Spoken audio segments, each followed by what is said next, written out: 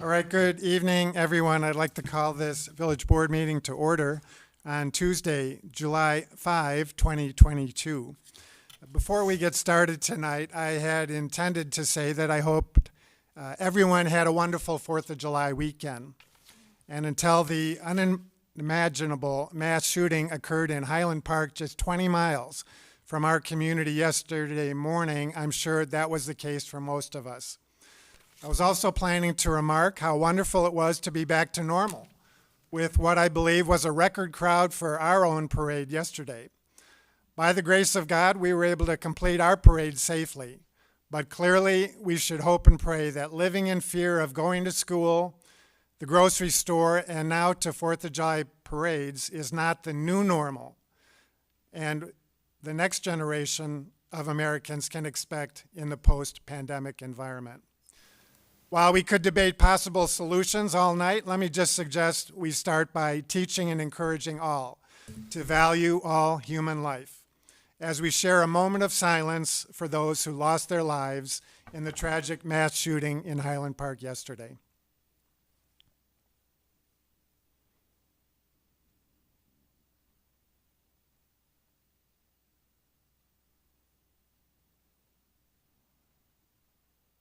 Thank you. Now I would ask you if you'd all please rise and join the village board in the Pledge of Allegiance. I pledge allegiance to the flag of the United States of America and to the republic for which it stands, one nation, under God, indivisible, with liberty and justice for all. Would the clerk please call the roll? Trustee Grasse. Yes, here. Trustee LaBedz. Here. Trustee Schwingbeck. Here. Trustee Baldino. Trustee Bertucci. Here. Trustee Scaletta. Trustee Canty. Here. Trustee Tinaglia. Here. President Hayes. Here. First item on the agenda is the approval of minutes, and we have 3 sets to approve tonight. The first is from the committee of the whole meeting, from our meeting on June 13, 2022. Are there any changes or passes? I think I have to pass. Trustee Tinaglia, pass. Move approval. Second. Motion to approve by Trustee LaBedz, seconded by Trustee Canty. Any further questions or comments from the board or from the audience? Seeing none, all those in favor say aye. Aye. Aye. Any opposed? Next are the minutes from our committee of the whole meeting from June 21, 2022. Any changes or passes? Seeing none, is there a motion to approve? I move to approve. Second. Motion to approve by Trustee Grasse, seconded by Trustee LaBedz. Any questions or comments from the board or from the audience? Seeing none, all those in favor say aye. Aye. Any opposed? And finally, the minutes from that same evening of the village board meeting, June 21, 2022. Any changes or passes? Move approval. Second. Motion to approve by Trustee Schwingbeck, seconded by Trustee LaBedz. Any questions or comments from the board or from the audience? Seeing none, all those in favor say aye. Aye. Any opposed? Next, we move on to the approval of the accounts payable, and I call on Trustee Bertucci.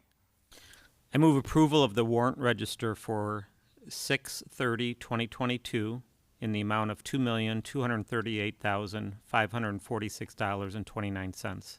Second. Motion to approve the warrant register by Trustee Bertucci, seconded by Trustee LaBedz. Any questions or comments from the board or from the audience?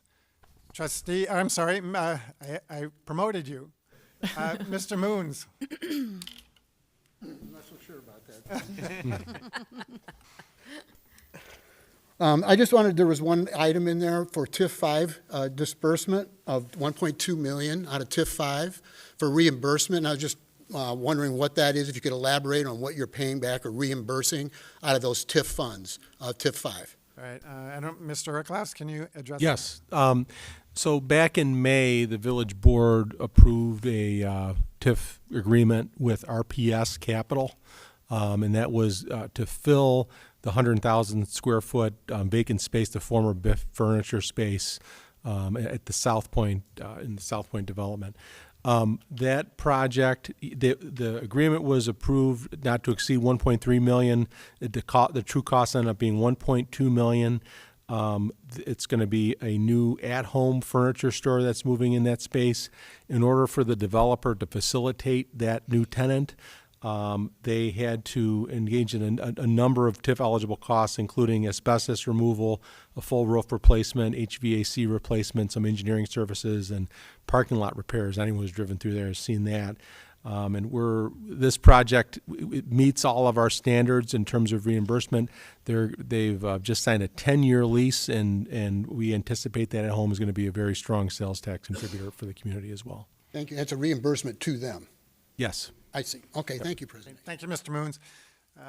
Any other members of the audience wish to address the board on this motion? Seeing none, we have a motion and a second. Roll call. Trustee Bertucci? Yes. Trustee LaBedz? Yes. Trustee Schwingbeck? Yes. Trustee Tinaglia? Yes. Trustee Grasse? Yes. Trustee Canty? Yes. President Hayes? Yes. We move on then to citizens to be heard, and we do have 2 blue cards from individuals wishing to address the board on items not on the agenda. And they are just both reminded of the 3-minute time limit. First is Sheila Cruz. Sheila?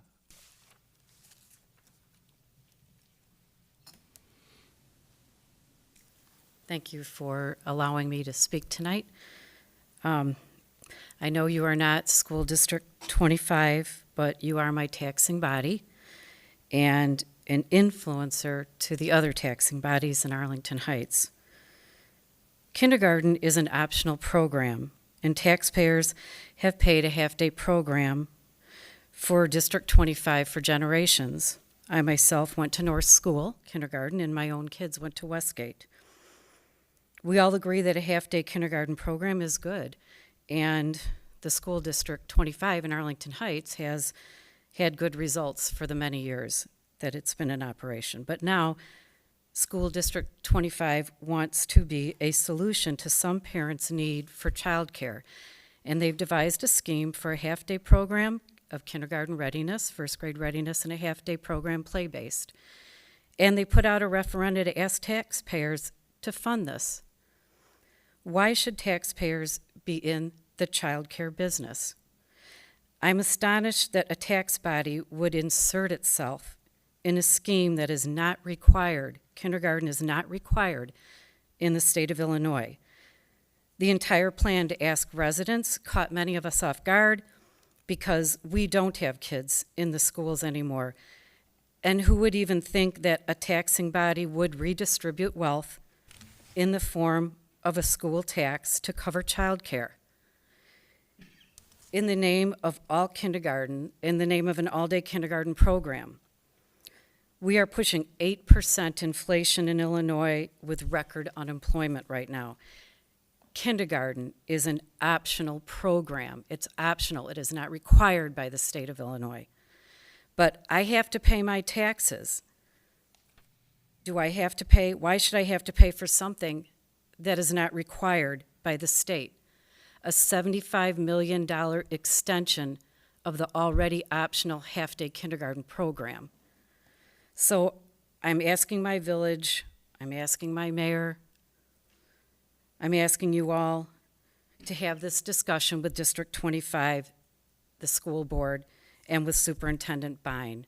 Only 2,500 votes were expected in this June primary, and over 10,000 people cast in-person votes. The split was nearly 50-50 for this referendum to pass, with the official results not expected until July 19th, when the thousands of mail-in ballots will be finally counted.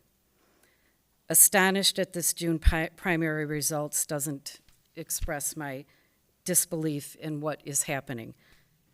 But I'm more astonished that taxpayers may be on the hook for this non-mandatory child care solution. Thank you. Okay, thank you, Ms. Cruz.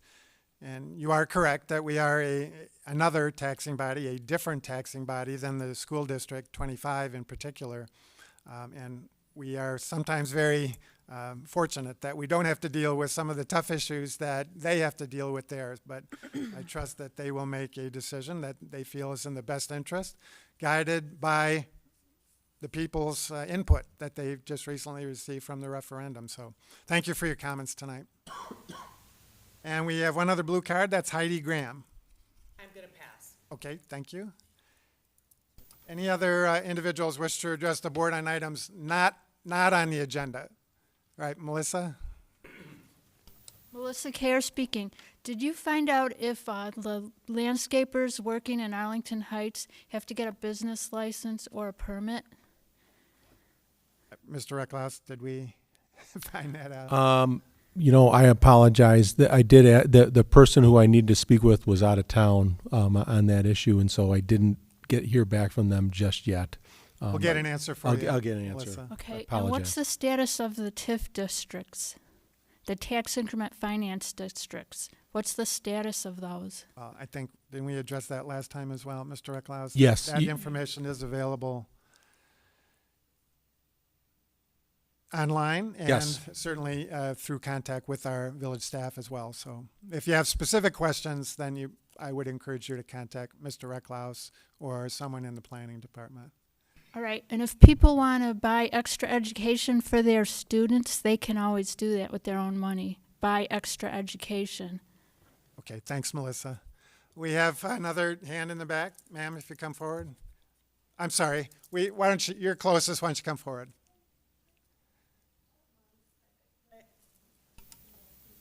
Okay.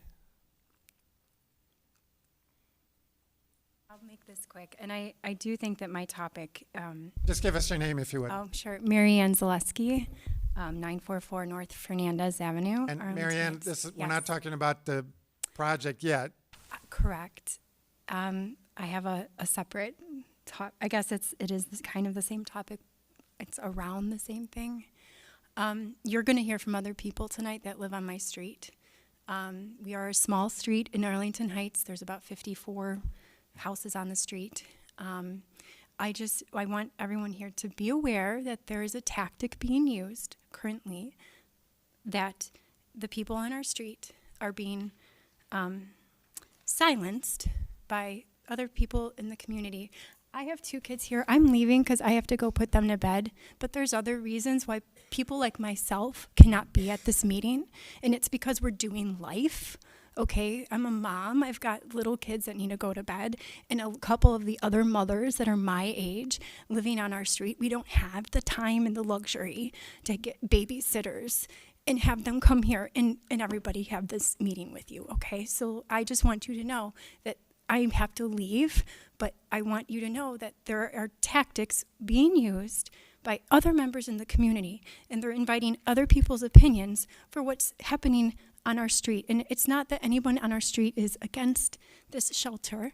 It's that we have questions, and they're not being answered. They're being dismissed and ignored. And we are asking for accountability, and no one's giving it to us. So that's all I have to say. I'm gonna go put the kids to bed. Okay. Okay, but Just there's give your other blue card to the yes, clerk there's if you other would. mothers like me who cannot be here, and I'm speaking for them. All right, thank you very much. All right, now, ma'am, just give us your name if you would. I'm Dr. Elam, Dr. Shonda Elam. Good evening. I apologize that I did not complete a blue card, so if I need to, I will step over after this. And just remember, we're not talking about the proposal No. yet. This is citizens to be heard, items not on the agenda. Exactly, sir. So I hope you don't mind. I apologize. I just came in from Norway. I'm on an expat there. So I've been there for 6 months. And so I'd like to read to you my situation. And I do apologize if this sounds a little overwhelming. And I apologize if I crack a little bit here. Good evening. My name is Dr. Shonda Elam, and I'm a permanent resident of Arlington Heights since 2017.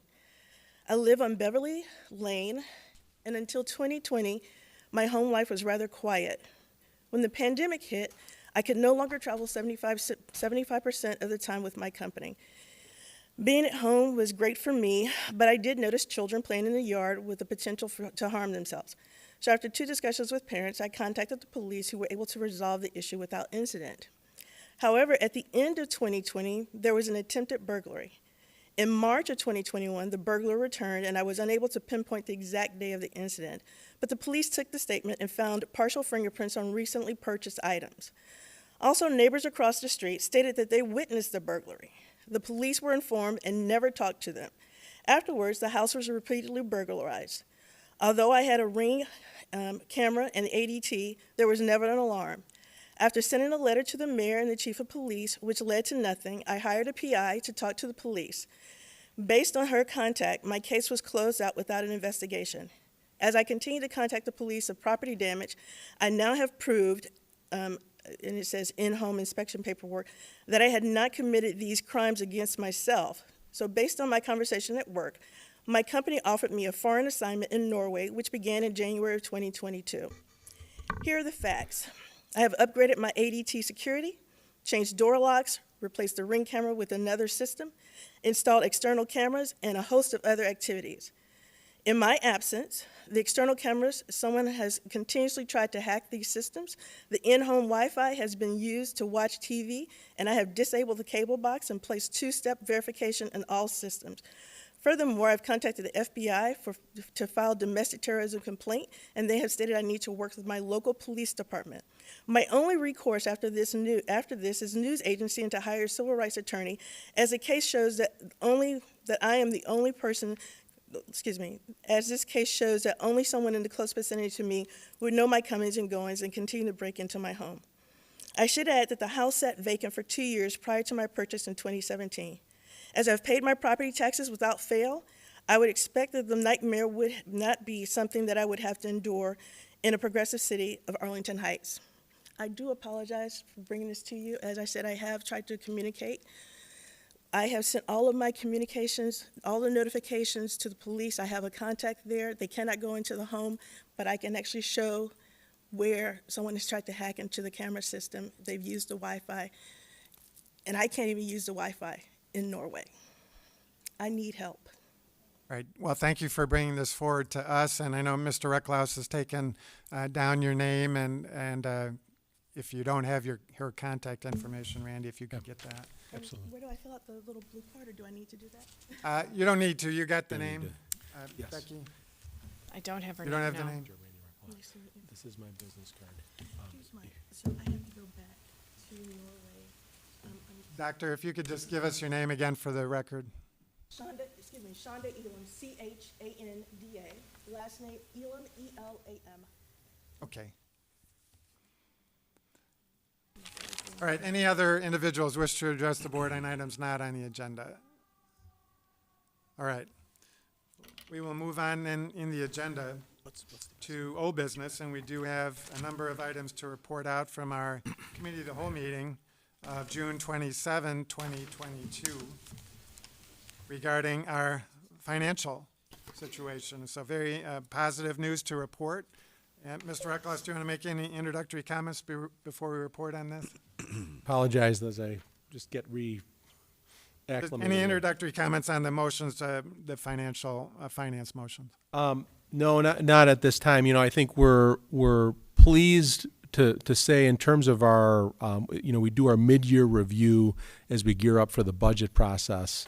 And due to a lot of the good decisions that this board has made, due to the state of the local economy, we're hopeful at this point and operating on the assumption that we'll be able to do a fourth year with no increase in the village's portion of our property tax. We're also very excited about we're going to be in a position to make a number of very positive infrastructure investments in our community over the next cycle. There's still work to do before we present a budget, but this is an important milestone in our year to as we begin planning for that. And at this point, we believe that that's doable based on current information. That could change if there's a downturn in the economy or other things, but it was an important milestone that we discussed last week. All right. Thanks, Mr. Recklaus, and again, thanks to you and all members of the staff for all their hard work in getting us to this point. And so I would first call on Trustee Canty in the absence of Trustee Scaletta to make the first motion, if she would. I move that the board accept the 12-month period, excuse me, am I reading that? Yeah, you're right. Yeah. The 12-month period ending December 31st, 2021, annual comprehensive financial report. Second. Motion by Trustee Canty, seconded by Trustee Schwingbeck. Any questions or comments from the board or from the audience? Seeing none, all those in favor say aye. Aye. Any opposed? And next motion, report out by Trustee LaBedz. Thank you.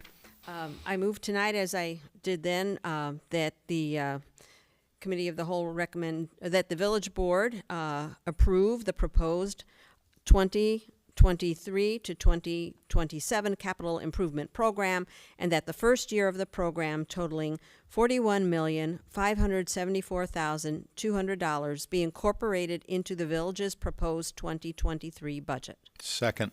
Motion by trustee LaBedz, seconded by trustee Schwingbeck. Any questions or comments from the board or from the audience? Seeing none, all those in favor say aye. Aye. Any opposed? And the last motion by trustee Grasse. I move that the board approve the 2023 budget ceilings of $84,858,600 for the general fund and $25,808,900 for the water and sewer fund. Second. Motion by trustee Grasse, seconded by trustee Canty. Any questions or comments from the board or from the audience? Seeing none, all those in favor say aye. Aye. Any opposed? Next, we have two motions to be reported out from our committee of the whole meeting from earlier this evening. And I'd first call, if I can find trustee Grasse, please. Thank you. I move now, as I did earlier this evening, to recommend to the Liquor Commissioner the issuance of a Class B and Class T liquor license to Circle Mart, LLC, doing business as Circle Mart, located at 922 West Algonquin Road. Second. Motion by trustee Grasse, seconded by trustee LaBedz. Any questions or comments from the audience or the board? Seeing none, all those in favor say aye. Aye. Any opposed? All right, congratulations. Where's he at? Barkosh. All right, good luck to you. And we have one other motion to be reported out by trustee LaBedz. Thank you, Mayor Hayes. I move now, as I did earlier, that the Village Board of Trustees recommend to the Liquor Commissioner the issuance of a Class B and Class T liquor license to Shirdi Sai, Inc., doing business as Hintz Liquor and Smoke, located at 1406 to 10 East Hintz Road. Second. Motion by trustee LaBedz, seconded by trustee Canty. Any questions or comments from the board or from the audience? Seeing none, all those in favor say aye. Aye. Any opposed? Congratulations to you, sir, as well. There are no other old business items, so we'll move on to the consent agenda. Any members of the board wish to remove an item on the consent agenda? Members of the audience wish to remove an item on the consent agenda? Seeing none, any members of the board wish to vote no or pass on any item on the consent agenda? Seeing none, I'd entertain a motion to approve. Move approval. Second. Motion by trustee Tinaglia, seconded by trustee LaBedz. Roll call. Trustee Tinaglia. Yes. Trustee LaBedz. Yes. Trustee Bertucci. Yes. Trustee Schwingbeck. Yes. Trustee Grasse. Yes. Trustee Canty. Yes. President Hayes. Yes. Move on then to new business, and we do have two items to consider tonight. The first is the Mueller Lot Consolidation located at 318 West Mueller Street. This is for a plat of subdivision to consolidate two lots into one and a variation request. So is petitioner present? Yes, I am. Come forward if you would, sir. Just give us your name and tell us what you're looking to do here. Sure. My name is Christopher Philby. Good evening, and thank you for your time. I'm here tonight to discuss two topics, essentially. One is a lot consolidation, and the second topic is for a variation from the water detention requirements, which are triggered by the subdivision rules under which a consolidation falls. So I'll start briefly with the consolidation aspect of it. My wife and I own two plots of land. They're adjacent to each other. The first plot of land is 50-foot plot. Our house sits on that lot. We then, about a year later, purchased 25 feet worth of frontage. Never developed that. We never combined the pins, any of that stuff. What we're doing right now is we're going through a home remodeling project. And as we're going through the permitting process, we came to understand the rules of impervious surfaces, and that only the 50-foot lot that the structure sits on could be included in the calculation for whether we are above or below the limits for impervious surfaces. So what we're trying to do, what we have found out, and what we've had reaffirmed from the planning and community development groups and the planning commissions, is that if we were to combine the two lots, then the engineering department says that we would be within the standards and requirements for the impervious surfaces. So that is the purpose for the lot consolidation that we're working through. The planning commission, supported this in our meeting back on June 22nd. The other item is regards to the water detention requirements of a subdivision. So in Arlington Heights, consolidation falls underneath subdivision rules. And if we think about our project, we'll have 75 feet, and at the end of this, technically, I suppose, we'll have a 75-foot, one-lot subdivision. So this is only, the water detention is merely triggered because our consolidation is under these subdivision codes.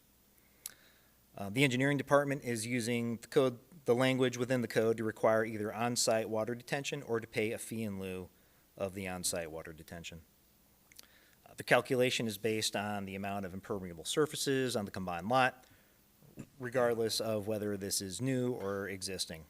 So the square footage of our 100-year-old house and existing driveway and walkways and patio surfaces are all included in this just because it sits and exists in situ on the current property. And so that, we're only adding 117 feet of square footage to our home, or a back walkway, or entryway rather. We are not adding anything to the additional 25 feet, that additional frontage that we're consolidating out of the 50-foot lot. So we're not adding a 4,000-foot home, we're not adding a 3,000-foot addition, we're adding 117 square feet. So the engineering department has done their job. They've calculated based on the rules and regulations for the code, at least as to my understanding. And they feel that because the consolidation falls underneath the subdivision rules, that we should pay the full fee or have that fee in lieu and water detention requirements put upon us. My position, my feeling is different, right? At the end of the day, we're gonna have one lot.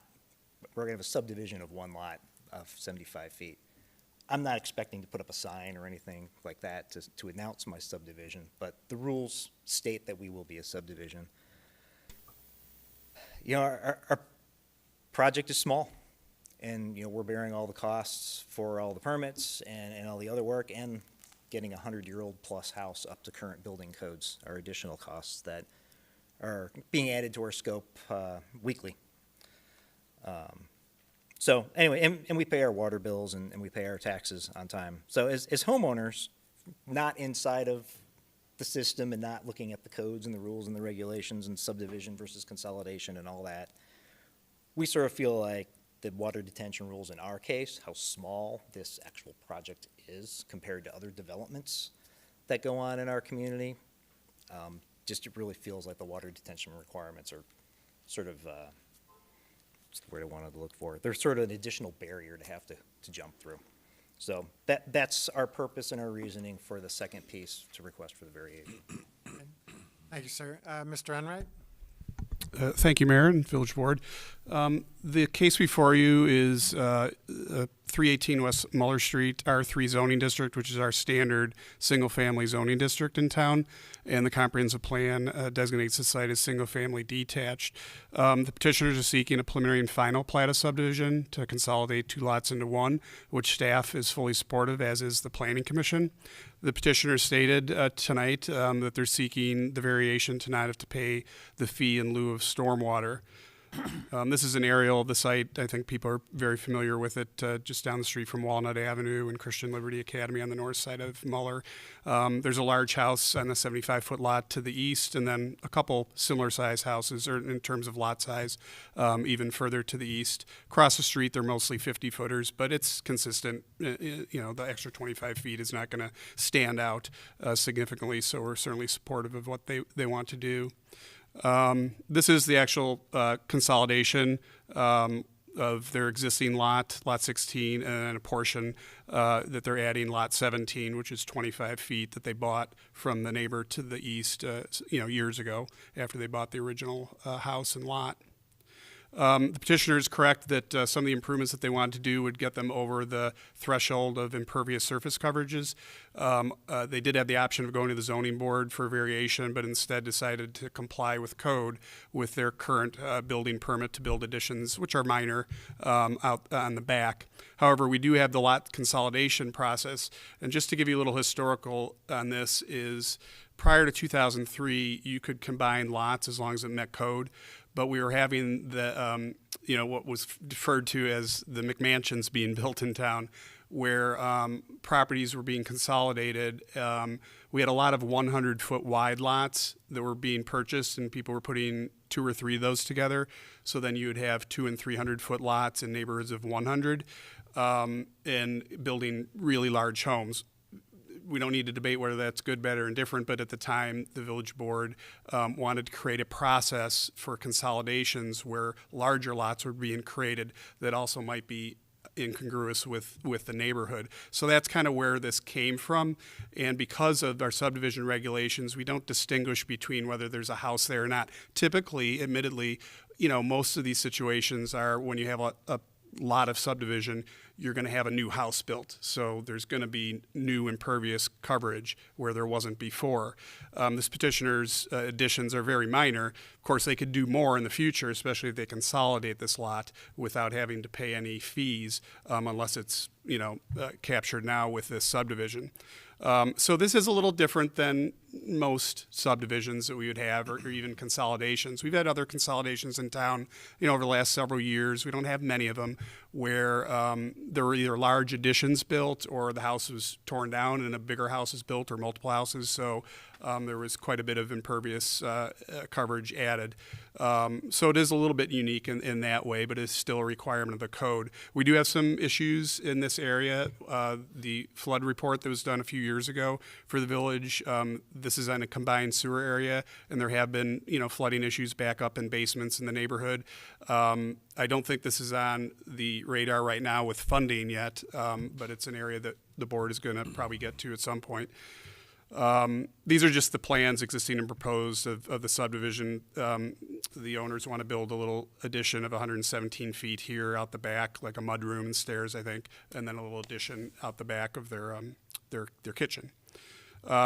The Plan Commission did debate this and decided that they were fully in approval of the subdivision or the consolidation, but they did not agree with the petitioner's request to waive the fee in lieu of detention, which in this case amounts to $2,862. So that was the recommendation of the Plan Commission. There's another recommendation here regarding their building permit, which is they've moved forward with their preliminary additions in the back. I believe they have their permit now for that. I don't know if they've begun construction. So that's staff's position, and it's also the recommendation of the Plan Commission.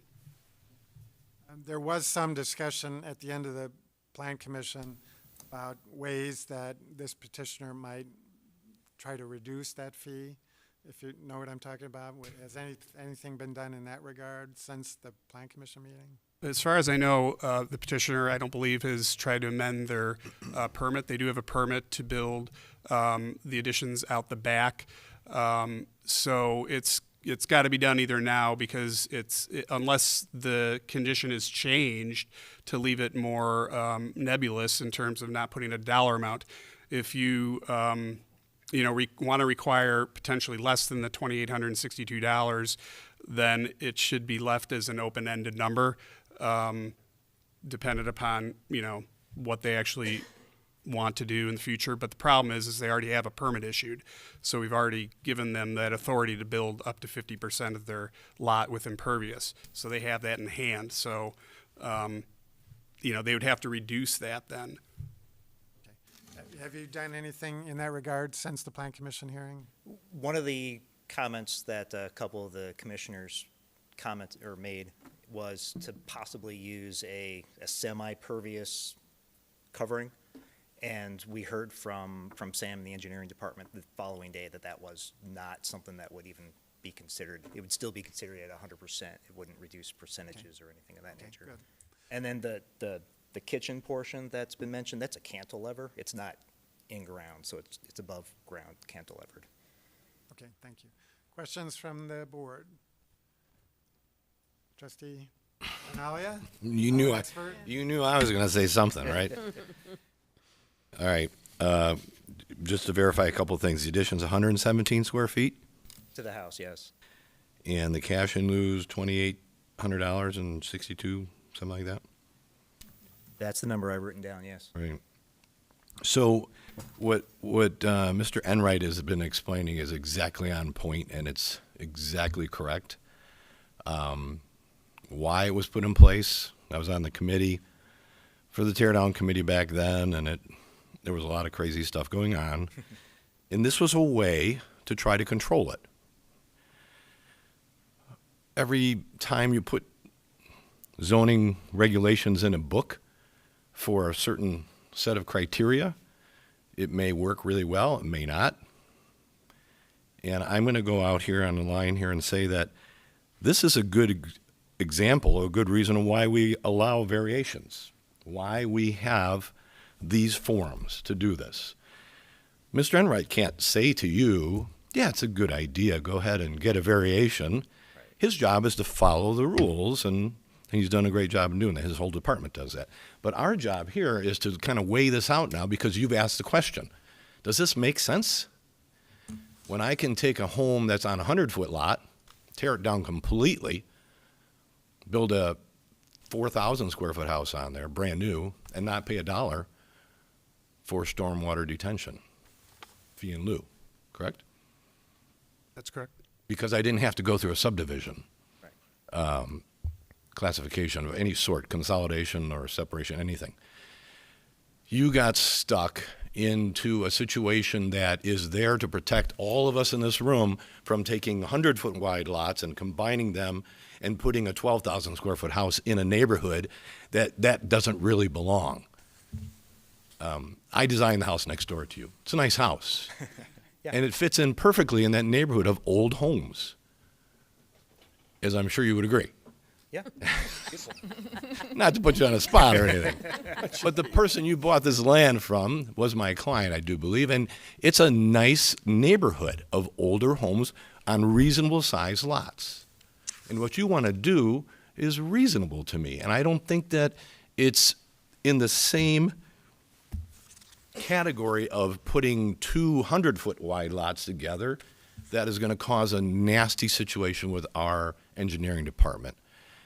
And so I would argue, and I don't know that I need to, but I would suggest that in this case, this is a good reason for a zoning variation on it. He's adding 25 feet. He's adding a tiny little addition on his house. And nobody's getting hurt by it. Nothing negative is going to come from this. And should he have to pay $2,800 because the book says it, I think that the language in that book is really for something else. And that's my opinion. That's all I have. Further questions? Trustee Bertucci. So I just want to get clarification, and for those in the audience that don't know, Trustee Tinaglia is an architect, so I value his opinion on this. So are you saying that the fee should be waived? I do. I think the fee, if it were two 100-foot wide lots like Mr. Enright explained, and we're putting a 12,000 square foot house that was going to change the nature of stormwater in that neighborhood, by all means, there should be some sort of cost to that. In this case, I just don't see it. All right. Thank you for your input. Trustee Canty. I have a follow-up question to that. So we talk a lot about water here when people are building and how that changes the grading. And I know we're talking about a small kitchen build out right now, but there was also discussion of a potential garage in the future on the added piece of property, right? And so I think my concern is what happens then when now you want to put a big garage? And I'm not saying you do. It was in the materials, right? So I think that's where my concern lies. It's not right now with this small change. It's what happens later and what's the recourse there, and is there concern about water issues with a later addition or a later garage? Not as they've proposed. It's my understanding, and the petitioner can correct me if I'm off on this, but they have a detached garage right now in the back of the house, the back of the lot. And eventually they want to do an attached garage, which would be situated on the 25-foot lot that they own, connected to the main house. There would be, basically a one-for-one replacement. One garage comes down unless they decide to keep it, which technically, they would have to keep under the 50% impervious, but I don't think that's their intention. So, and their driveway is very long because it goes to the back of the lot the new attached garage would have a shorter driveway. So as long as they keep within the 50% threshold for the new lot, if approved by the board, then they would meet code. And I don't think, again, it would be no worse off than it is today. And I don't want to say worse in a bad way, but just no more extensive than it is today. No change. But let's say that they did change their mind, and now they do want to keep the back garage and the front garage. Would it ever come back before us again? Is this the last time we would ever need to see this property and this property owner? This would be, the last time you'd see it. I mean, if they wanted to exceed the impervious surface coverage in the future, that could go through the Zoning Board of Appeals. That's the normal process. If I could, too, Trustee Canty, it still would, all of that, including the garage that was contemplated, is going to require a building permit. And how it's oriented on the lot, what the slopes are, all of that would be reviewed by the engineering division as well. And if it was found that this was going to be, problematic for neighbors in any way, then the petitioner would have to make adjustments to their grading and so forth to minimize that impact as well. So that's another check and a balance on that type of thing as well. Okay, and that was really my concern, because we hear about that so much, right? Sure. So. Trustee Tinaglia. Yeah, and to follow up on that, it would be the same as if the house was completely torn down and a new home with a new attached garage. He has to stay, and staff will make sure of it, under that threshold of impervious surface, along with setbacks and height and floor area ratio and numerous other things. So whatever he does in the future, or another buyer down the road, will have to follow all of those rules. Yeah. Trustee LaBedz. Thank you. I have to say I was waiting to hear Trustee Tinaglia's point of view on this, because I was wrestling. I've been wrestling with this one. I live in the Hannah neighborhood myself, and I hear a lot of complaints about stormwater when the neighbor, to whatever side, does something, and then all of a sudden someone who had no water in their basement now has water in their basement. And although paying a fee doesn't keep water from going into somebody's basement, it still provides some funding towards eventually being able to do something about that overall problem, which we know is a big problem in the combined sewer and sanitary area. While I appreciate, your project is a little one, but the next door neighbor does one, and that's a little one, and the next one does a little one, and then all of a sudden there's a big problem. So that's really why I've been wrestling with this, and I appreciate Trustee Tinaglia talking about the history of the reason why we have these ordinances, these rules and regulations, because although I remember those, the discussion, I was not involved at the time. So, but I do remember the whole McMansion era and, an attempt to put some kind of control on that. So, so I appreciate that. Thank you. I do have a question for staff, and that is, if we were to approve a variation for this, would it set a precedent? No. Every case is independent. The petitioners indicated that, although we don't know exactly what the future holds, but they've indicated that they intend on doing minor additions now and kind of a replacement of what's there in the future. So every case is unique, and every variation is looked at independently. So I don't see this as setting any sort of a precedent, because the facts here are germane to this case. I don't think they'll be the same in every other case, and if they are, then maybe that would be suitable for a variation or not. Okay, thank you. I had another question. So then, if this was a 75-foot lot originally, and this addition was being put on, we wouldn't be talking, correct? Correct. That's Okay. correct. Okay, thank you. Anything further from the board? Well, I do agree that this variation request makes sense, at least the second portion of it, to waive the fee in lieu of.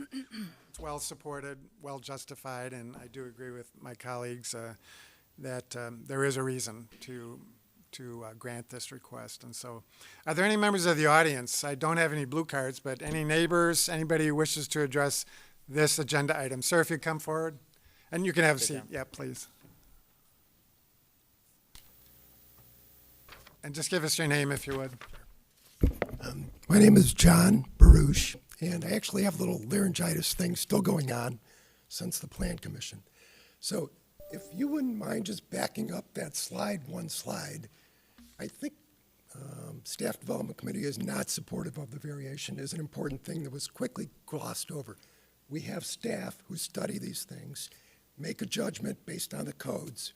The area that I live in, I live on 700 Highland, is in Hannah. We flood. My backdoor neighbors on 700 Chestnut, about 15 years ago, put in a sport court up against the property line. The study before that, found by the engineering, no water problems. Okay, so then I started getting water. About 4 years ago, on the other corner of that side lot, they put in a hardscape fire pit. Now I have even more water. Okay? There's nothing that I know in the code that says a landscaper can't come in, put in space, put in bricks, and make it more difficult for that water to drain. On 600 Chestnut, on the west side of the street, I think it was last year or the year before, big water. We had floods, rain.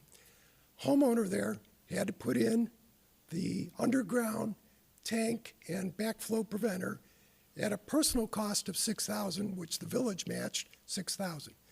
That's where that $2,800 is meant to go, and prevent these types of things all falling on homeowners. And I get it. 75 feet seems like a lot, but we have people doing things that are really taking up a lot of impervious surface in that area. I think you just put in a driveway, big around the front of the house, got a lot of asphalt already, add pavers to the side.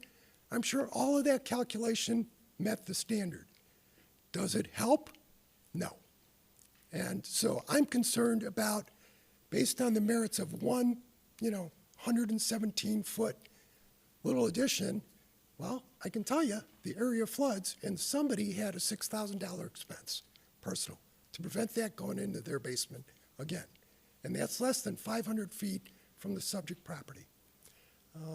In my experience with my backdoor neighbor, it's iterative.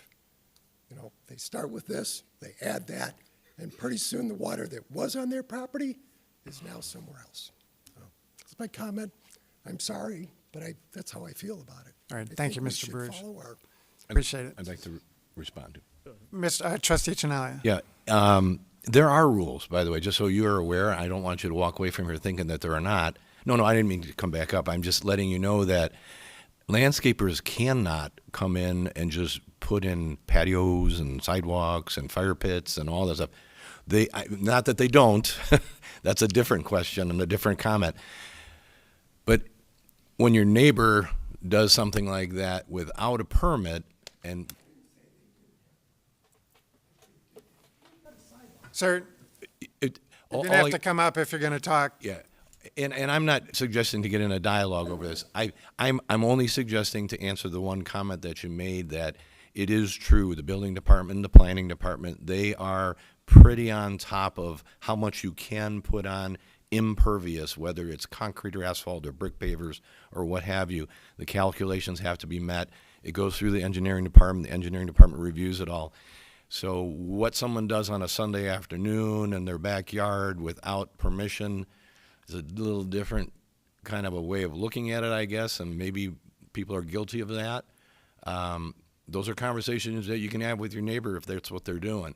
And if it is, my front yard floods. My front yard floods from the back, 2 houses behind me, and it's like a river, kind of like what you just said. And the catch basin in the street on a rainy day has got 1.5 feet of water on it all the time on Hawthorne. Always. Part of that is by design, as I understand it. It's just the way the system works. That's all I have. All right.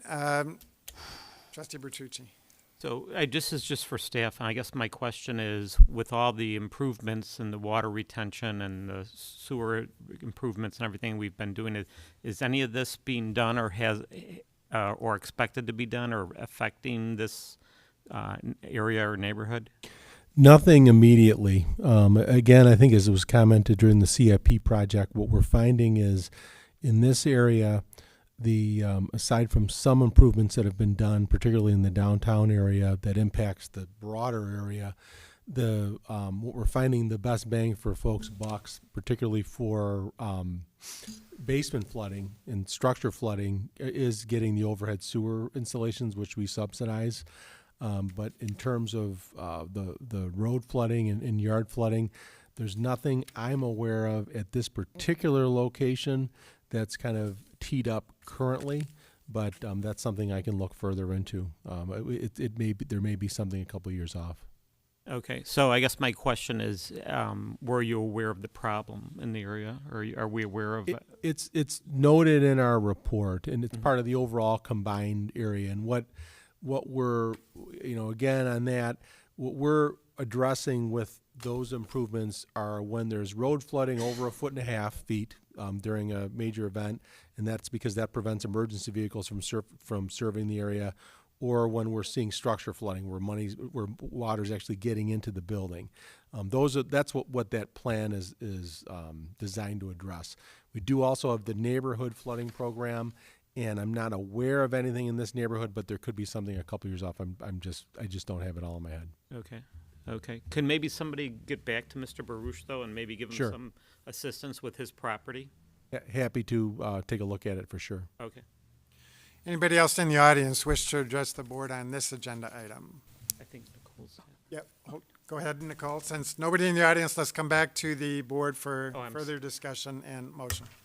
Oh, thank you. I just really wanted to comment. Mr. Baruch, I sure hear your concerns, and I really appreciated Trustee Tinaglia's comments in why variations like this really do matter and are important, and I appreciate that. But yet I also appreciate and understand our aging water and sewer system and the flooding, and how even small changes, I've witnessed this in my own area, even small changes that seem to be nothing can cause flooding. So I'm just trying to think of a way to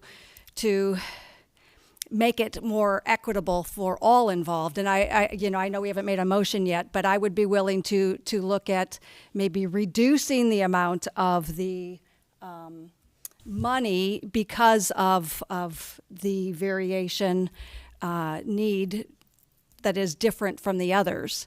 I guess I could make a motion. We can go from there. Unless there's other comment. All right. So can we go back to there? Let's see, where are we? I move to approve the preliminary and final plat of subdivision and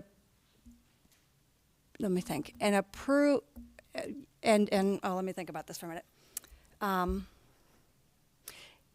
I'm not denying the request. Can you help me with this? I'm wanting to not deny the requested variation, but reduce the fee in lieu to half, $1,431. So can you help me word that motion, please? Yeah, it's one way to do it is to motion to approve the variation subject to the condition that the in lieu fee specifically be, and then you can specify the amount. $1,431, 50% of what we would normally charge. Precisely.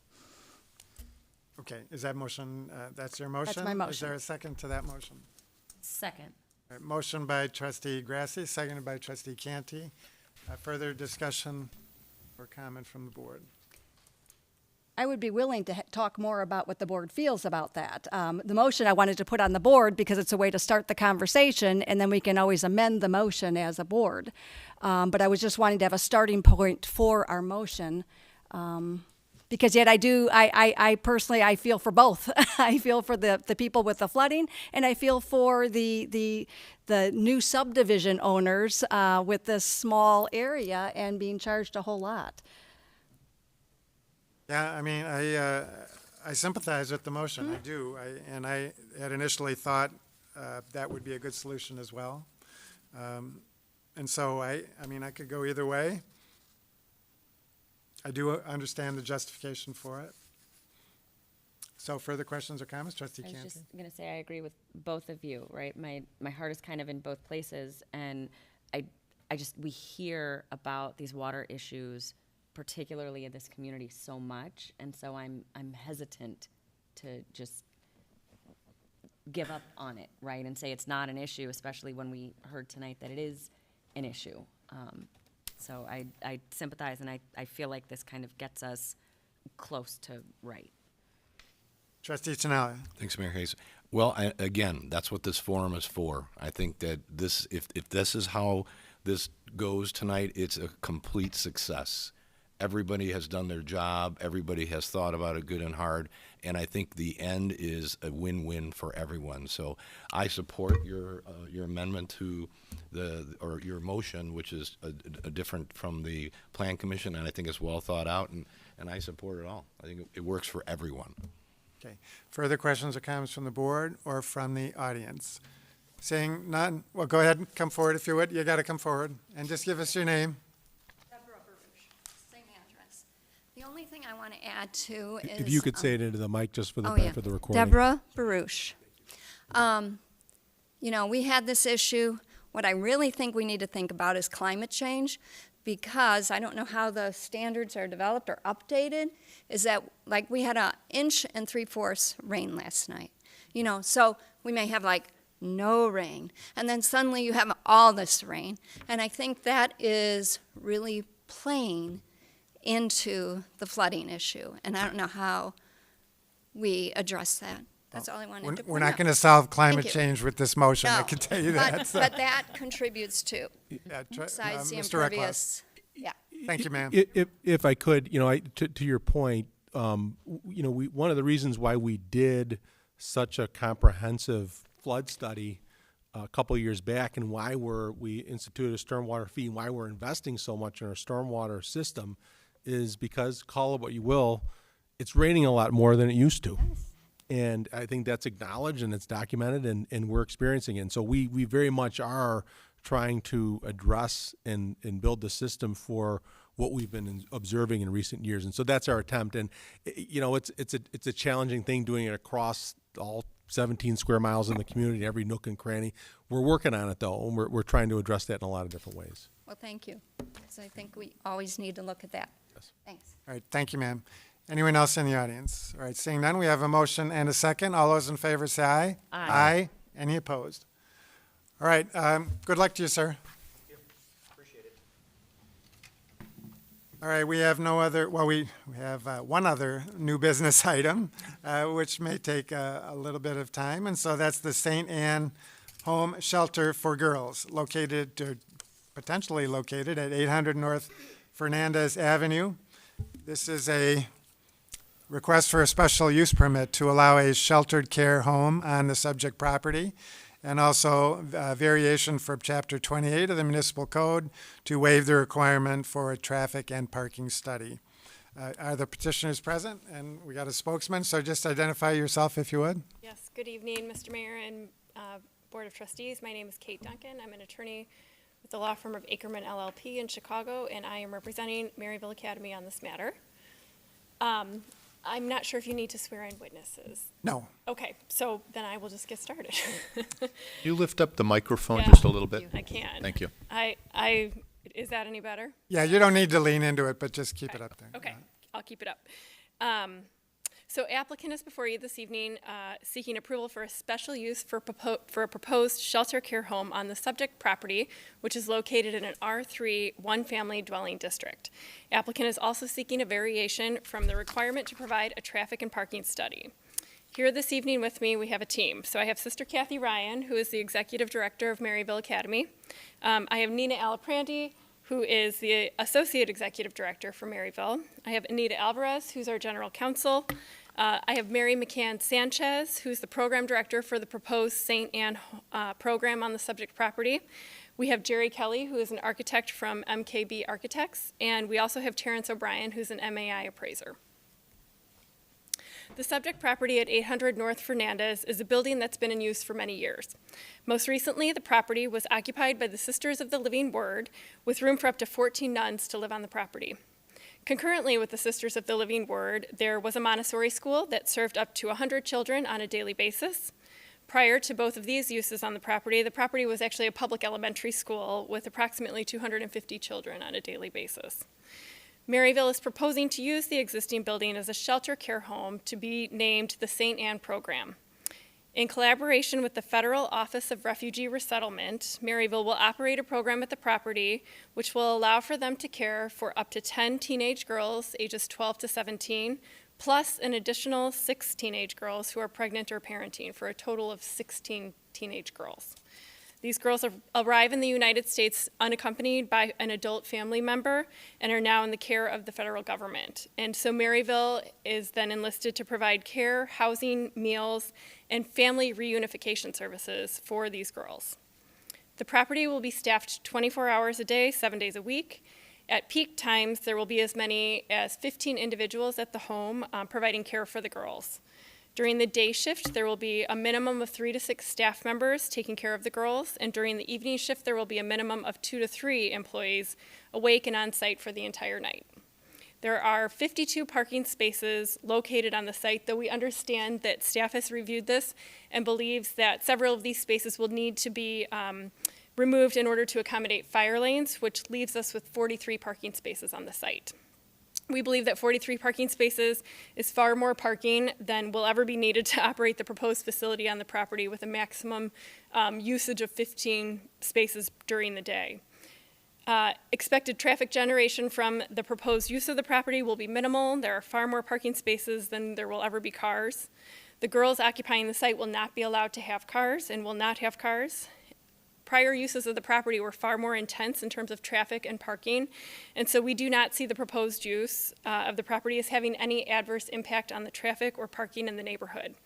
Because of the low vehicular intensity of the use, particularly when compared with prior uses, we are also seeking a variation this evening from the requirement to provide a traffic and parking study. So at this time, I would like to ask Sister Kathy Ryan to come up and give you a little more information about Maryville and also the St. Anne program that's proposed for the site. Thank you. Good evening. Good evening, welcome. I'm Sister Catherine Ryan. I have the privilege of being the director of Maryville Academy. You may know of Maryville, a neighbor in Des Plaines since 1883. We now serve in not only Des Plaines, but also Bartlett and Berwyn in Chicago. And we were invited to provide a home for girls who are unaccompanied, as Kate has just described. These young ladies, I want to be very clear, they're not being referred to us because they're behavior problems or they've victimized someone else. They are themselves victims of violence in their home countries, and so they have come to this country, and we would like to provide the home for them until we can find family members who would be their sponsors in this country. We saw the Sisters of the Living Word property, our dear friends, who have taken such good care of this property. So truthfully, when we walked in the building and walked through the building, it was almost walk-in ready for a home for our girls. Almost, I would say, because there are 14 bedrooms and we are looking for 16. It is our practice that any teenage girl or boy who resides at Maryville has his or her own bedroom. We don't have them share bedrooms. So because we were asked to care for 16 girls, we would like to add 2 bedrooms. Beyond that, the only changes we'd like to make or need to make to the building are the life safety codes that were pointed out to us by the village, the fire sprinkler system, and some other changes to be placed in, and any codes by the Illinois Department of Children and Family Services required for them to license the building for care of youth. But we don't want to be making other changes to the building inside and no changes outside. It's a beautiful residential building that would serve our children well. Our young ladies, the age group is 12 to 17, but actually our experience so far at Maryville is that it's probably going to be girls 15 and 16. And so the young ladies will have a routine. You have all those documents, so I won't go through every hour with you. And we gave you our staffing plan, which we've also cleared with the Office of Refugee Resettlement. So I won't go through all that again. But what's the context is that we want to provide for them a normal experience as teenage girls coming to grow up in the community during this period of time. They won't be with us beyond, if they're with us till 18, they will then be moving to another program outside of Arlington Heights.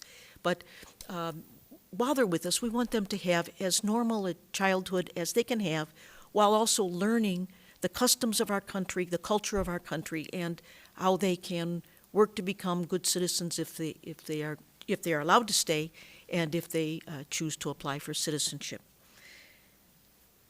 One other point I'd like to make about our staff who are going to be with them. I'm very proud of our staff, and I want to say that they, first of all, go through quite a screening, and we vet them as you would expect us to for criminal background checks and with a state central registry. We also have an intensive training program, not just when they come, but it's a continuing training program, not because they aren't capable people, but because we all at Maryville need to keep up to date in what is best practice and what are we learning about young people and how we can help them develop. I know there were some questions at previous meetings about the girls going to school, so I'd just like to address it, and then if you have a question, I'll be happy to take it.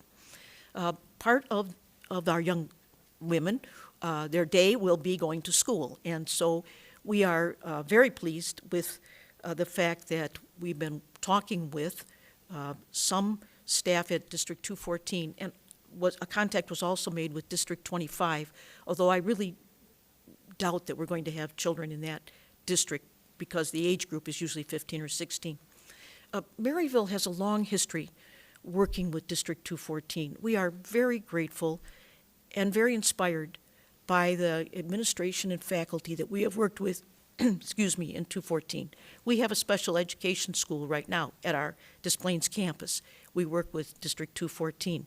So it's not a new conversation for us to talk with District 214, but of course we have begun the conversations with them about these young ladies because they would be newcomers to our country. I'm also in conversation, we are in conversation with Father Dan Leiden at St. Viator's High School. And there is I think, a good likelihood that some of the girls will be going to St. Viator's High School as well.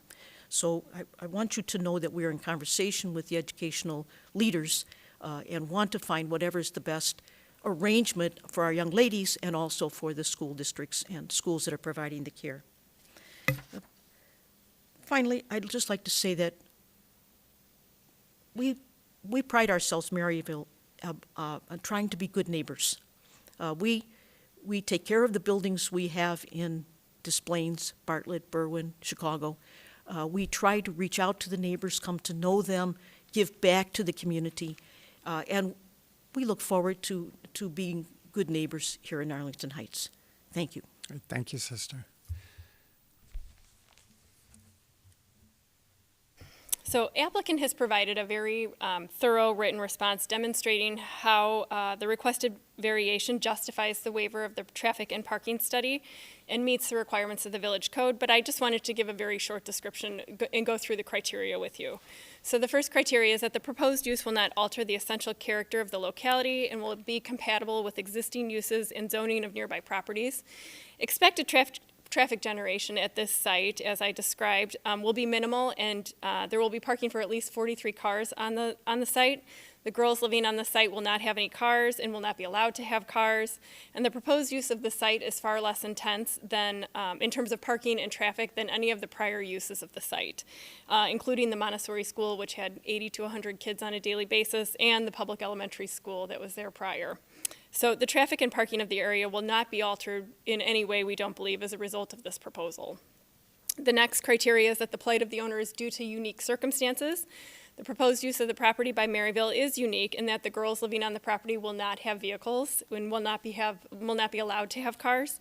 So the 43 parking spaces on the site will only be used by staff coming to the site, and at peak times we see only 15 staff members going to be on the site for the 43 parking spaces that are available.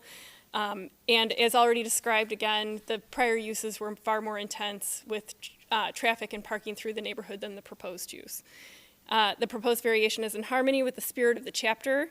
The variation to waive the formal traffic study, we believe it is in harmony with the spirit of the chapter when considering the 43 parking spaces with a maximum of 15 cars that we see coming to the site every day. And then finally, the variation requested is the minimum variation necessary to allow reasonable use of the property. So applicant is only seeking a waiver of the formal traffic and parking study. We're not seeking to waive any required parking spaces or any other variations for the property. We're actually not proposing any exterior changes to the property. So we believe that this variation is absolutely the minimum that would be required for the site. So applicant has also provided a very thorough response with respect to the special use criteria. But again, I'd like to go through those criteria with you and just give a little bit more description. So the first criteria is that the special use is necessary for public convenience at this location. So there is as Sister Kathy described, there's an ongoing need for this type of social outreach programs and community service in the Northwest Chicagoland community. Maryville is an established provider of these types of services for more than 125 years. The proposed facility will provide a necessary social service to the girls that they're going to be serving, and staff is very well trained to take care of these girls. Maryville described that the facility that they were looking for, the ideal facility that they were looking for, they stepped into the Sisters of the Living Word site and realized it was near perfect and that there was very little work for them to do in order to establish this program. They just have to add 2 bedrooms, which in trying to find a facility that will have 16 bedrooms is not an easy plight.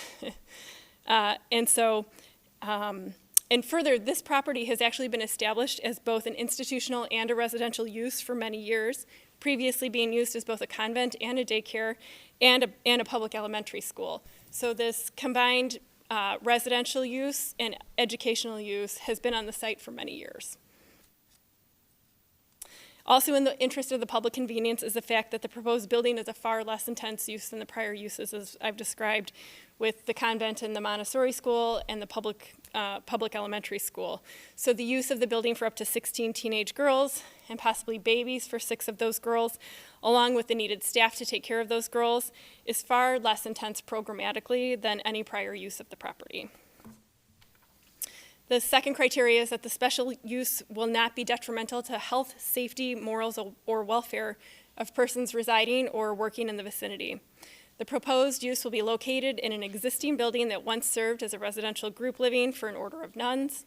Other prior uses were the Montessori school and the public school. As detailed in our application documents and as stated by Sister Kathy tonight, the facility will be properly staffed, and Maryville's staff is extremely well trained and has discretion in selecting the girls who can participate in the program on the site. And they will institute rules and regulations as is fully described in our application documents that we have submitted, so that the girls will follow all of these, and Maryville will ensure that the program is run with a high degree of care. Maryville has a high level of commitment and care dedicated to the girls that will serve here, and as a result, we believe the special use will be in no way detrimental to the health, safety, morals, or welfare of any people in the community. Finally, the last criteria is that the proposed special use will comply with regulations and conditions specified in the ordinance for such use and with any conditions made a part of the special use. So Maryville has reviewed the proposed conditions that staff recommended for this matter and absolutely will agree to abide by those conditions. Those are including training that's referenced in the staff report and also in the Plan Commission's report that was recommended, along with frequent refresher training. They'll have an appropriate number of staff on site at all times, 24 hours per day, 365 days per year. They'll establish screening procedures and identify the most appropriate candidates for residency at this home, and they will absolutely be in compliance with all laws, regulations, and policies and ordinances of the village. So with that, we are here ready to answer any questions that you may have, and we respectfully request your favorable approval. Okay. Thank you, Ms. Duncan. Before we do that, we're going to go to the staff for their report. Mr. Enright. Thank you, Mayor and Village Board. This is an aerial view of the property. We're all very familiar with the Sisters of the Living Word facility with the building on the east part of the site along Fernandez and green space on the western portion of the site. It's a 2-story building, one up front, 2 in the rear. The site plan here, the parking spaces along the north side here are around the bend here. Those will have to be eliminated for the fire lane that's required. There's a total of 9 that will have to be eliminated, but there will still be 43 on the site, which is far more than is necessary for this facility, and more than has been needed historically as well.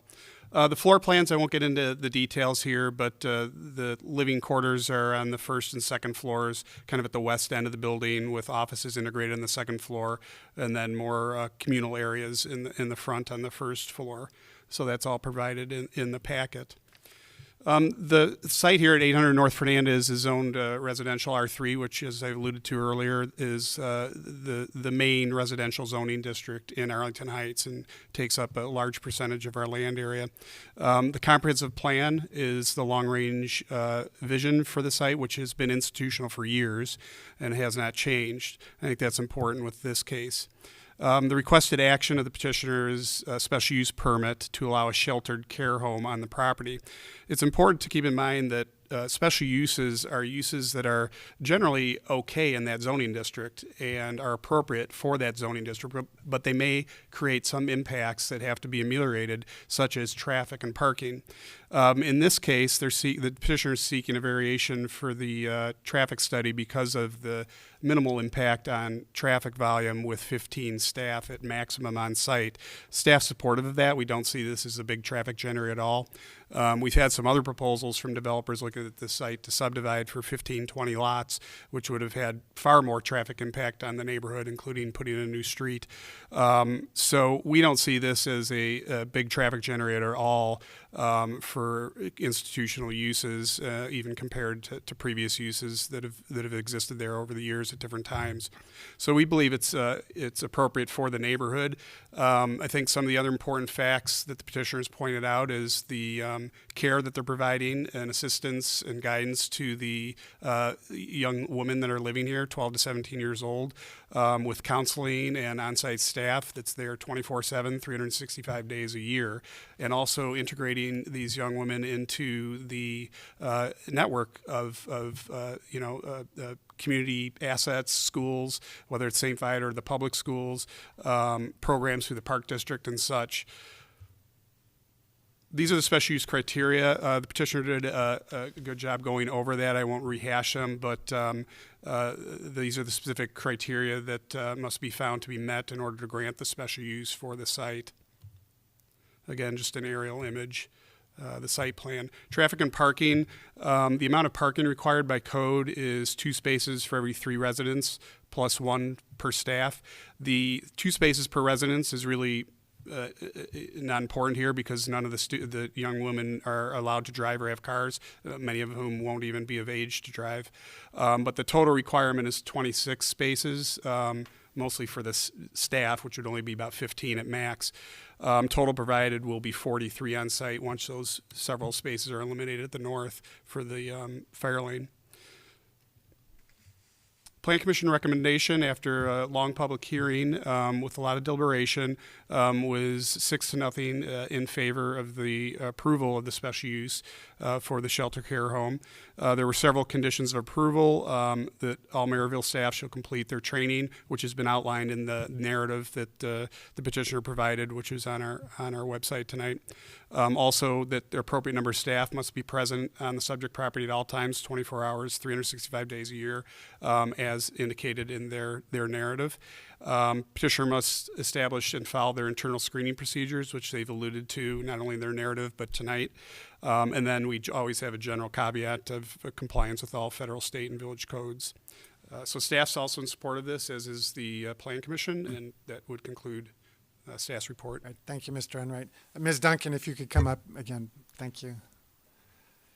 The one question I had was with respect to condition number 2, an appropriate number of staff, and I'm wondering what determines what an appropriate number is. Is it the number of girls you actually have there, or how would you define that? I'm going to let Sister Kathy come up and respond to that, if that's okay with you. Okay, sure.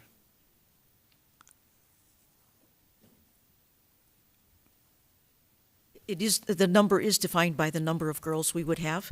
So we will always have 2 staff, even if we had 1 or 2 girls. But if we have increased, then according to the staffing plan that we have in the materials, we would increase the number of staff if we had more girls.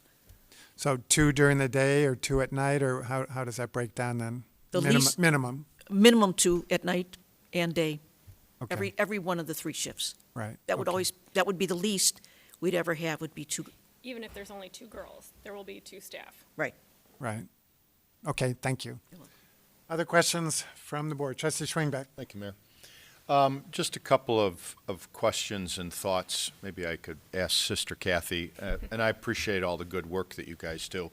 The Maryville site over in Des Plaines, I mean, over the last 40-plus years, I drive by that site on a regular basis, and I don't know much about Maryville Academy, but I'm assuming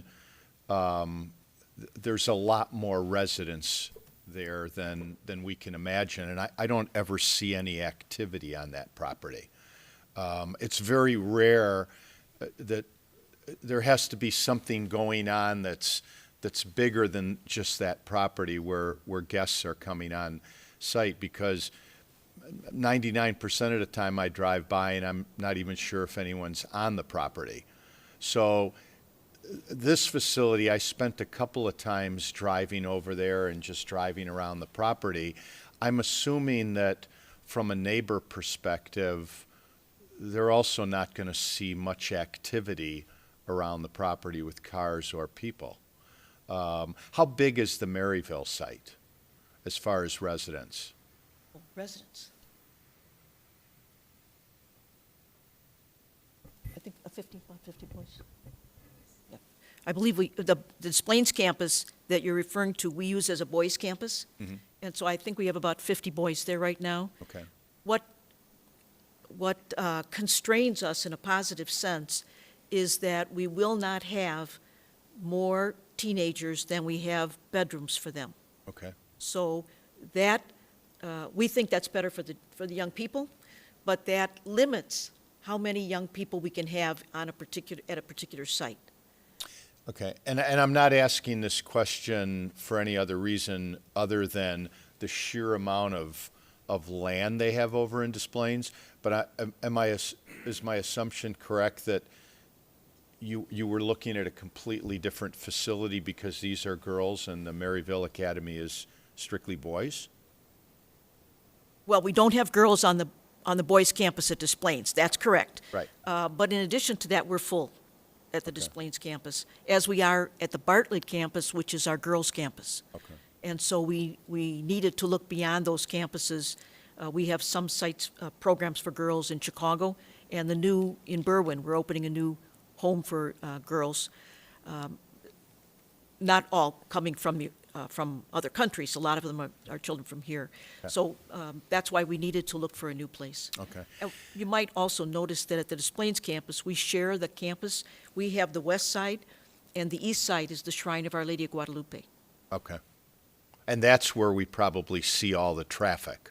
Absolutely. Okay. Wonderful pilgrims coming. A couple of other, when I drove around the property and looked at the site plan, at first it appeared that this was an extremely large facility for only 16 girls, or potentially smaller. But I'm assuming, especially as you indicated, this was a school before, and there were a lot more people there. But it appears that you need that space because of all the staffing and folks that have to be on site. Yes, we in looking at this building, the classroom area, for example, that was formerly the Montessori school, we're going to use those rooms. One is going to be a homework computer room for the girls. Another one is going to be arts, crafts, music room for the girls. Another room it's on the lower right corner on that picture. Another one will be a playroom if we do have babies or toddlers. And so, so all of that space we need for different activities for the girls. Okay. And then the office space, it actually filled up, if you will, pretty quickly as we began to design which room would be used for what. Okay. And then just another thing that I wanted a little clarification on, because when I read through all the information, you use family members a lot in the literature that you gave us. So you had indicated that for the most part, no family members are in the area, and maybe not even in the United States. Correct. And then a little bit later, you said that Maryville caseworkers are going to identify family members to serve as sponsors or assume they'll. Are those more of sponsors? Are they direct relatives? Maybe you can explain that a little bit. Are you trying to find family members that are direct relatives, or just? Well, if I may, I'm going to have Yeah. Mary McCann Sanchez, who leads our program, talk about that. Okay. Yes, thank you for that question. That is the heart of the program. The children come unaccompanied because they are not coming, they're not traveling with their parents. When they come to the United States, then our government looks for the best way to protect them. And so they are designated to be in shelter situations until their family members can be identified. So who are these other family members? Right. It could be that some of the children have grandparents or they have cousins. In some cases, the children have family friends who are willing to take care of them. However, a certain process is required in order to satisfy basic safety standards to identify if any existing relatives, if it can be proven through a study of the birth certificates, through phone calls, that this is truly a family member, or if it's friends, to make sure that they are willing and able to take care of the children, that the children would be able then to go to a setting where they would remain, so that it's not a quick decision. So for that reason, our case managers are working to see if the child can be placed. Sometimes it's a lengthy decision, sometimes a second cousin might need some time to think about it. Our shelters provide that kind of security. In some cases, there are children who were orphaned. We have children from Afghanistan, we have children from the Ukraine. Their family members cannot travel to the United States. They need a safe place for a longer period of time until a proper setting can be identified for them.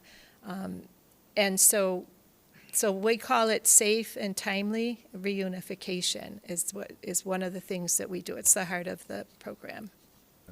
And then you had indicated that past the age of 17, can you maybe just walk us through a little bit what happens to the young women when they age out? Yes, so our program in the Office of Refugee Resettlement is dedicated to children, to minors. So as we work to help ensure that the girls are properly cared for, receive the education they need, receive the medical attention they need, and have advice from legal counsel who can advise them in terms of their permanent status here in the United States. We are also cognizant of the fact that at the age of 18, they are no longer minors, and we are a state licensed institution that works with minors, and our charge from the Federal Office of Refugee Resettlement is to work with minors. So as we find that there are some children who are not going to be placed with a family member because the family members aren't here, or because it's simply not possible for them to receive them, we work to identify other agencies who are able to work with children in that next age group, well, adults now, young adults. And so there are 5 or 6 agencies that we work with quite regularly, and we are able to go through a process in which the child is interviewed by that agency, and an arrangement is made so that on their 18th birthday, they will be transferred to the care of another organization, not Maryville. Okay, thank you. Appreciate it. Okay, Trustee Bertucci. So I too have a few questions, and I'm going to start just piggybacking on one of Trustee Schwingbeck's questions on the age out. Many seniors in high school turn age 18 mid-school year, certainly. So I just wondering how that is handled. So are we looking to pull them out of the school, and then if they have to go to an agency, and just kind of walk me through that? Yeah, so you're correct. That's a factor that's out of our control because it depends on when their birthday falls.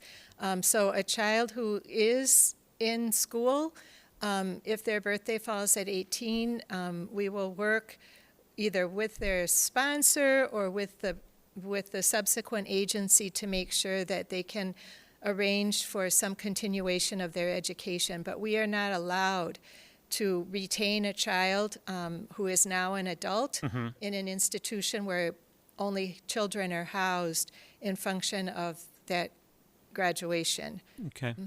And I failed to mention before that that eligible family members or family friends who could be vetted as reliable sponsors can be from any part of the country. And so it is unlikely that children will remain in Arlington Heights for a long period of time. And under no circumstances do we simply release a child who is 18 into the community without support. Just wanted to add that in. Thank you. Okay. So the next question I have is in reference to your policy, and the policy is one resident per bedroom. Is that correct? Okay, so then my next question is there any intention to increase the population and therefore might have to increase the building or put an addition on the building or anything like that? We have no intention to increase beyond 16. Our thrust actually has been to have smaller homes for our teens. So most of our homes for teens at Bartlett, Des Plaines, Chicago, Berwyn would be 6, or we might have 8 or 9. We only have one other facility that has more than 16. That's a home in Chicago for 25. That's the largest we have. Okay. We don't desire to have other facilities with that many bedrooms, and the 16, that's the most we'd want to have here. Okay. And then what I also hear you saying from your presentation is that you do not have any co-ed campuses or buildings or whatever, so we would not expect to see males at this location. That is absolutely correct. Okay. The only, I don't even know, I call it co-ed. Our little ones, we have a couple programs at our crisis nursery, and little children where they might be 5, 6, 7, 8, But no teenagers, no co-ed. Okay. And then my last question might be more for staff. Randy, I don't know if you can answer this, but it's in reference to real estate taxes. Is the current building on the tax rolls, or do they have an exemption? My understanding is that it is not on the tax rolls. Okay, so Sisters of the Living Word or whoever has gotten an exemption for that. Correct. Is that automatic, or will Maryville have to apply for one, or does that just happen automatically? My understanding is they would have to apply for one, the same as any other new occupant or owner of a property. Okay, and you guys expect to do that? That's correct.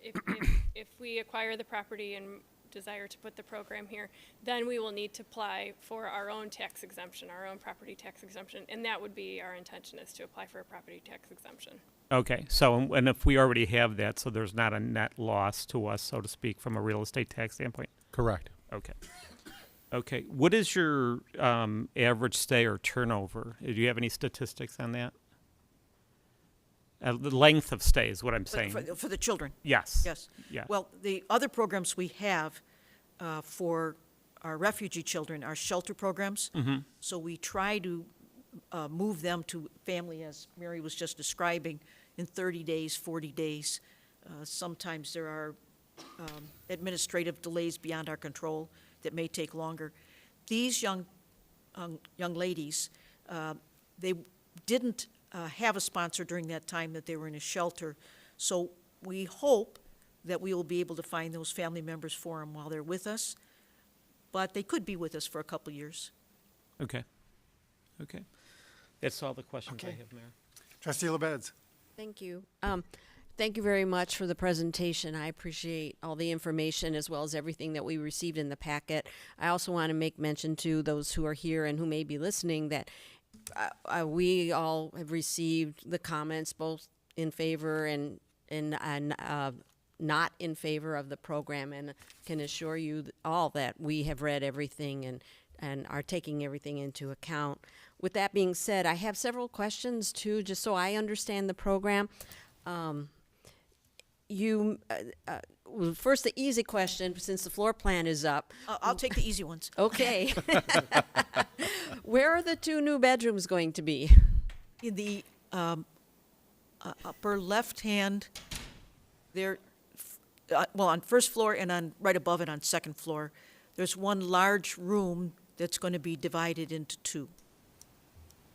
What you see right now is the proposed floor plan. I don't think we submitted an existing floor plan, but on the second floor, there's a large bedroom right now that's going to be split into 2. I see. Yeah, because I did notice there was something that was a little bit larger than others. Okay, so one on the first floor, one on the second. Yes. And I do really appreciate that your belief is to have teenagers have their own room, because that in and of itself can, besides being a refuge for a young person who's going through a lot of things, I think any of us who've ever had to share a room with a sibling knows that it's not always the smoothest situation. So I do really appreciate that very much. You mentioned that at full capacity there could be 16 girls and 6 babies. Do they, when they arrive, are they pregnant? Is this with a baby? And what happens if you're, asked to take someone who happens to be pregnant but you already have 6? Do you expect someone to leave? I'm just trying to understand how it works. Well, our arrangement with the Office of Office of Refugee Resettlement is that the maximum number of the teens who would be pregnant or parenting is 6. So if they would refer someone and we're full with 6 young ladies, and that person would go to another place. Okay. And you mentioned, I think, certainly in the material, that you would have child care on site for those infants and toddlers while their mothers are in school or whatever. So, okay, thank you. One question that I had is, you went through the materials included kind of their schedule, what they would do and so on, and you mentioned worship services. Are those on-site worship services, or do you take them to an existing local place of worship, and are they all Catholic, or do they sometimes have, someone may be Protestant or something like that? I just, again, asking how it works. So we take them, the staff will take them to a place of worship of their faith, their choice. So that if they're Catholic or Christian, then they would go to a church that is of their faith.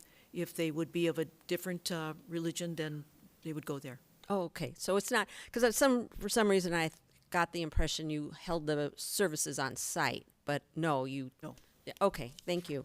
I also was curious that because you mentioned that you have children that come from a variety of countries. Afghanistan you mentioned, and Ukraine. So I will be perfectly honest. My initial thought was that perhaps they all came from south of the U.S. border, but that's not the case. Is that correct? Well, the largest number of children we serve in the shelters, and we intended this program for, are children from south of the border. Last August, the Office of Refugee Resettlement asked us to also take in some children from Afghanistan, and we did. And a short time ago, when the war started in the Ukraine, we were asked to welcome a few, I think three young men from the Ukraine. But the vast majority of the children that we are serving in the program are from south of the border.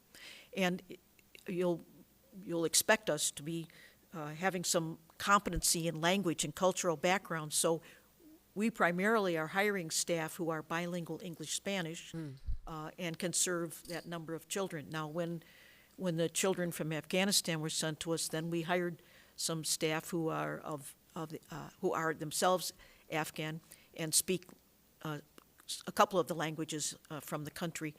But we are positioning ourselves to primarily be serving children from south of the border, girls from south of the border. Okay. Actually, I have a couple friends who, as federal employees, were volunteers assisting the Office of Refugee Programs. They were it was a special program because of the influx of children. And so I have a little bit of familiarity with that. Out of curiosity, because there were some comments from people who contacted us of concerns about English as a second language programs. Do the girls ever, do they have English language skills or? The majority of the children will need more English language development. We have had children who have come to us and have been at bilingual schools in their country. Our 3 boys from the Ukraine spoke very good English, in addition to probably 3 or 4 other languages. But the majority of the children do need the reinforcement in English. And so we make that part of our goal in terms of the children's schooling, but also in the way that we work with the children so that they have the opportunity to communicate in English at home. That tends to be one of the children's strongest personal goal, is mastery of the language, because they understand that it's important. Yeah, as they assimilate into the yes. culture. Yeah. Thank you for that. And I think I have one last question. I also spent time driving around both sides of the property, and I noticed a fenced area on the Casper side, and then in seeing the Google Maps, the Google Earth picture, is that part of your property, or it was a silver in the corner near the bottom? I think there was previously a playground in that area, and the Sisters of the Living Word removed that, and now I think there's a little fence around it. Okay. So, but the intention is not to put another playground in, it's just to have a garden or grass area. Oh, okay. Okay. I was curious whether it belonged to this property or the adjacent property. So that answers that question. Thank you. Thank you very much. Those are all the questions I have right now. I appreciate your responses. Trustee Tinaglia. Thanks, Mary Hayes. Just a couple real quick ones. So who does the screening? Is it the federal government before you get these children, or do you guys also do screening? And what I mean by that is any kind of background checks of any sort. I imagine it might be difficult to find some of that information, but give me a really quick explanation of how that's done. Yes, so when the children come, they come and they're first either they turn themselves in or they're apprehended because they don't have immigration papers. So they spend a few days at the border, and then they are assigned by the Office of Refugee Resettlement to a shelter. And they remain in the shelter and we have a shelter program that's different from this program. So our goal is that those children will stay with us for a while and then be turned over to their families. Or when they don't have immediate families, as I explained before, the family members need to be vetted, then they will petition to be part of the kind of program that St. Anne's program is. During that time, the children are assessed by the Office of Refugee Resettlement and by the shelter that they're at in terms of their level of possibility of moving into a program where they do form part of the community by going to school. Our part in that is that we review all the paperwork that child has brought with them. they don't bring like police background checks in the same way that our staff have been received background checks, but it's more of a history that that the Office of Refugee Resettlement has been able to put together. Our staff, when we receive a request for a child to come, we are able to interview the child. And so we have a clinician, a therapist, we have a case manager, we have our medical staff, the nurse, and then we have our program director that form a committee that interview the child. And if the child is deemed to be an appropriate fit, then that child would remain with us. If we would deem that this child has emotional problems or has risk factors that go beyond the community setting that we're looking at, then they can be referred to another level of care. And so that is what the vetting process for the screening process is all about. So thank you for that. That's important for me to understand. And what it sounds like is there are lots of other communities that have different levels of care, different types of facilities. Yours is a niche of this very specific age group and level of care and so forth that you guys offer, and you guys have a group of several adults that address all that and weigh it all out and make that decision internally after the federal government says to you, here's a potential candidate. Is that correct? That's correct. Okay, so that answers my question on that. Bill, it is true this has always been institutional zoning. It was built as a school a long time ago. Correct. Was it ever houses that were torn down or anything like that, or? No, I don't believe so, no. It was a It's zoned residential. It's institutional on the comprehensive plan, so it's zoned R3. But it's been, the structure, I'm not sure exactly when it was built, but it's a long time. Yeah. And then for our legal staff, question. Yes. Let's fast forward a little bit. If this were to be approved tonight, if it were, how does this board and this village have such an ordinance written so that it is Sisters of the Living Word that operate this with these kinds of terms and these types of conditions, and it can't be sold, it can't be transferred, and I apologize for the similarity, but like a liquor license, you can't just give a liquor license to the next guy on the street to operate your restaurant. And if we feel compelled, because these people are doing what they're doing, and we say, okay, this is something worthy, how do we protect ourselves from the future that it were to keep it from changing hands or changing rules or changing program? What gets written in these documents to avoid that, to protect all of us in the community for something that is an unexpected happening later down the road? What can be done?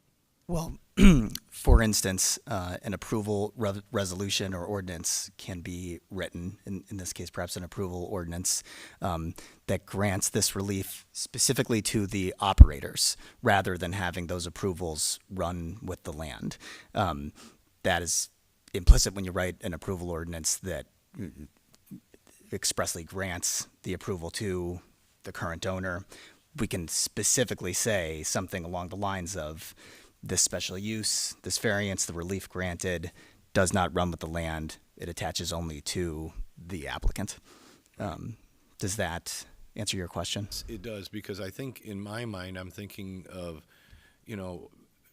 what can we, how do we protect from the unexpected down the road? And while someone could argue, this is a wonderful thing, and someone else could say it's not, whatever, the whole point is, we don't know.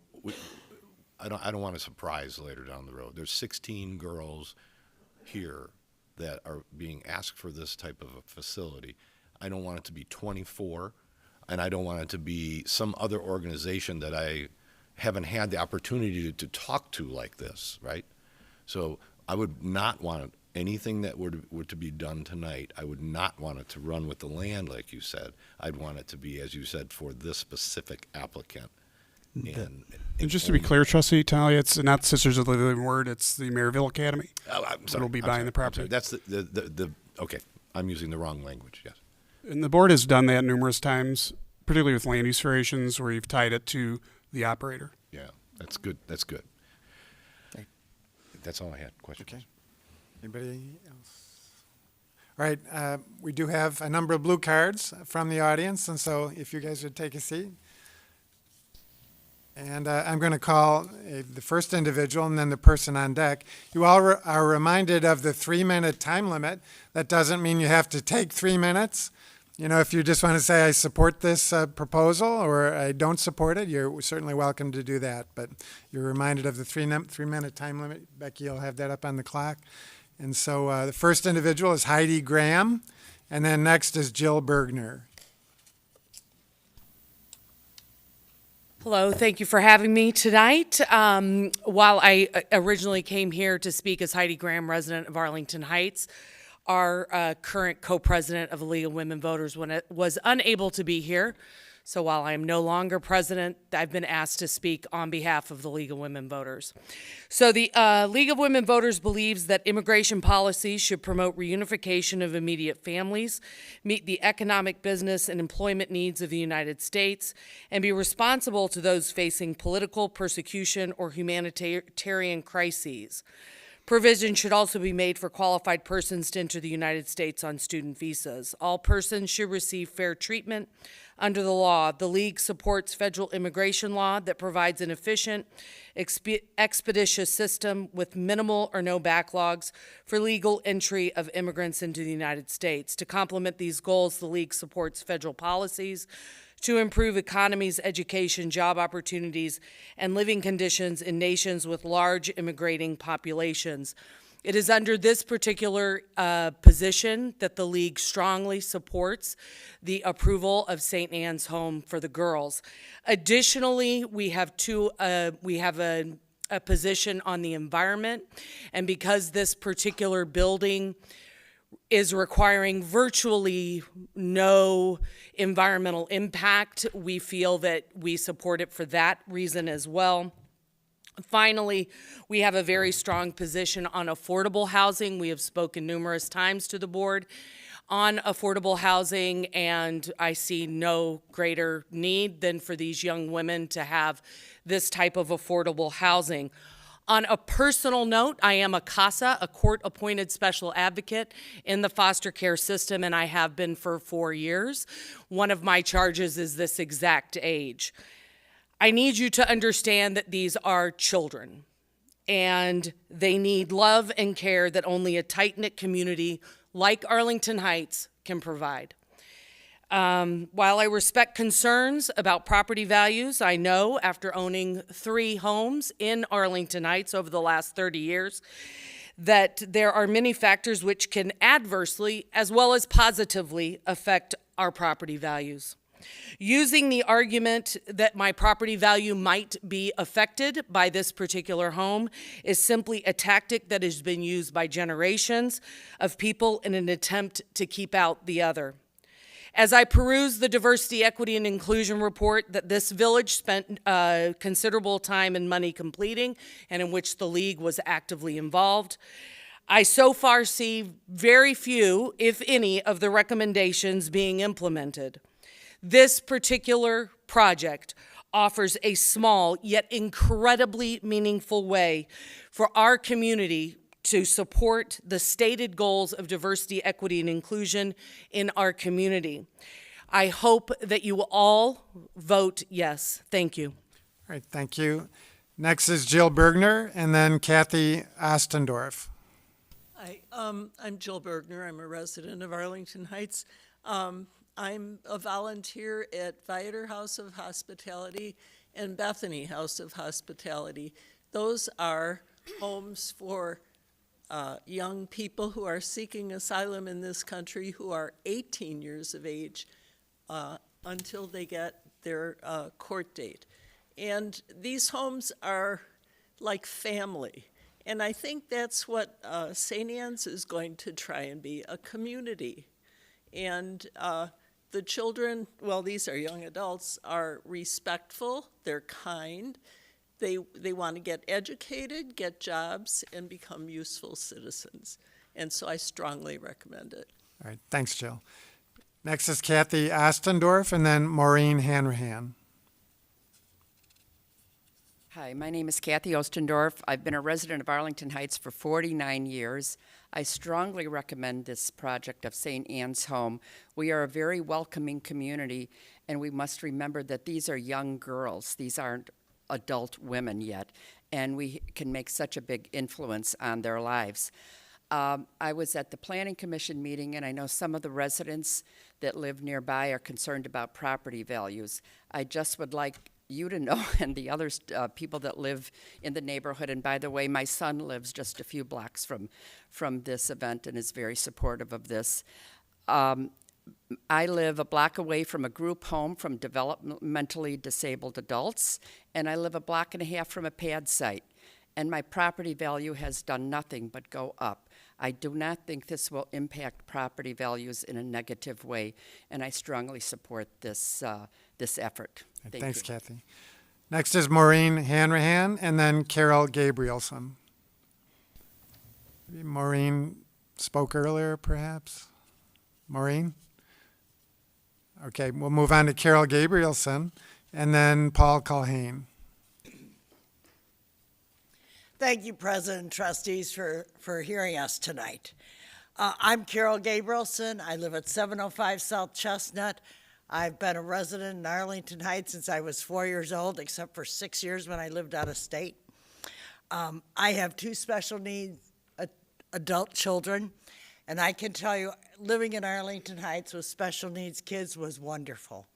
They needed a lot of help. They needed a lot of assistance. My neighbors and their kids learned a lot about people with special needs because of my children. My children learned a lot about what it's like not to have challenges, and we are the city of good neighbors. And I cannot imagine a better place for these girls to come and live. Also, my children were very challenging. Some people in this room know that, some don't. But they actually were not allowed in District 25 because of their behaviors. So they went to another school, an SSEO school called Westbrook. And when they were at Westbrook, both my children were there, all of their classmates were from Maryville at that time. They were all from Maryville and would come to Westbrook to go to school. And so I worked a lot, got to know a lot of people at Maryville. It's a wonderful organization. My kids also used to go out to Bartlett, to where NSSEO has what they call Sunrise Light. It's an outdoor camp. And of course, my little angels in disguise, as I call them, went on their own little field trip at Sunrise Lake and ended up at the Maryville campus, and which isn't far from where NSSEO is. And so they have been wonderful. They've been wonderful to kids, wonderful to adults. I can't begin to imagine coming to a foreign country, having no mother, having no father. I had my mother until 20 years ago, and I couldn't deal with it at that time. I had my father till 9 years ago. I still haven't totally dealt with the fact that he's gone. So I can't imagine these individuals coming into a foreign country, not speaking the language, and they need love and support. And I think Arlington Heights can give it to them. In fact, I've already told Sister that I want to be one of the first ones on the list when you get these girls, because I want to help mentor them. Several of my other female friends are interested in doing the same. Let me see here. I got out of order. I know there was some issues that came up about the school, but I was also a Rotarian for many years. When Rotary brought exchange students in, they were welcomed. Nobody ever questioned it. And I feel these girls should be welcomed just as well. I also was looking up at District 25 and 214 because I was curious about how large, how many kids are in the school. And at District 25, there's over 5,550 kids. Even if all 16 went to a District 25 school, that's a very minor number. Also, District 214 has over 11,500 kids, so it's even less of an impact. And we have good school systems here in Arlington Heights. Carol, I'm going to have to ask you to finish your thought if you would. Oh, I'm sorry. Just Okay. finish your next thought. Okay. Both District 25 and 214 already have existing programs for kids who don't speak the language. Thank you very much. Hope you approve it. All right, Have a great thanks, day. Carol. Next is Paul Culhane, and then Janet McDonald. I'm Paul Culhane, as many of you know. I'm a longtime member of the St. John 23rd Intentionally Eucharistic Community, which met with the Sisters of the Living Word for many, many years until they had to close down. I'm also a member of the St. James Earth Shepherds Ministry, and Sister Barbara Moss from the Sisters of the Living Word is a member of our group. She couldn't be here today. And I'm very supportive of this proposal because I would like to see the good works that the Sisters of the Living Word did continue in the very good works that Maryville Academy has proposed. Thanks, Paul. Next is Janet McDonald, and then Claudette Noel Phillip.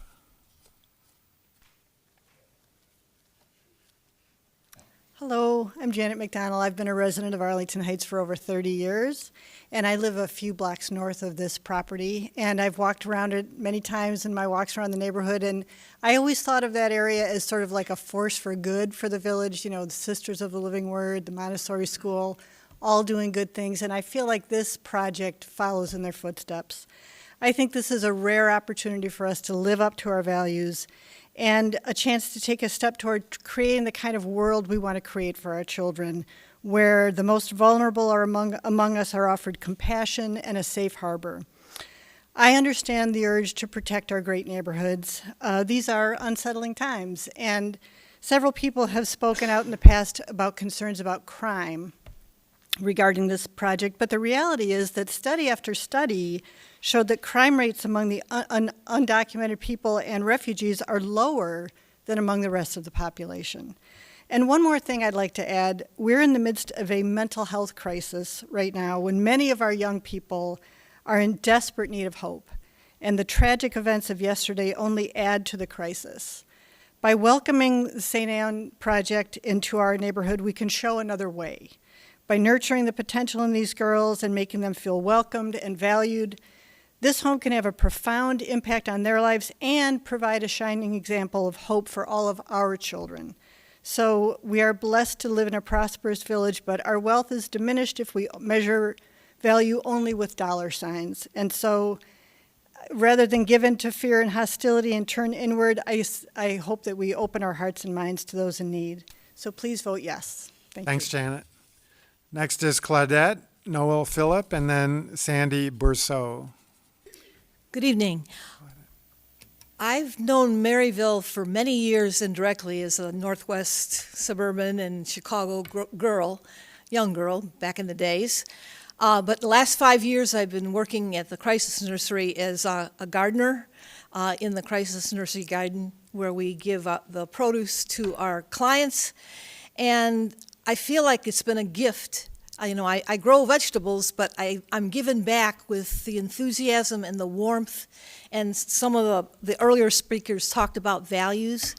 I think that this St. Anne's community in our city, or our village, is an opportunity to walk the talk of us being not just the village of good neighbors, but building one step up into creating and walking the talk of being a community. It's one thing, I live in a wonderful cul-de-sac, I have great neighbors, but we talk about ourselves as a community. We do wonderful things together. I think that this is a way to give to these young women, or women-to-be, and we taking the long view, it will come back to us, and it will all be good, and we will be proud. Thank you. Thanks, Claudette. Next is Sandy Bourseau, and then Michael Phillip.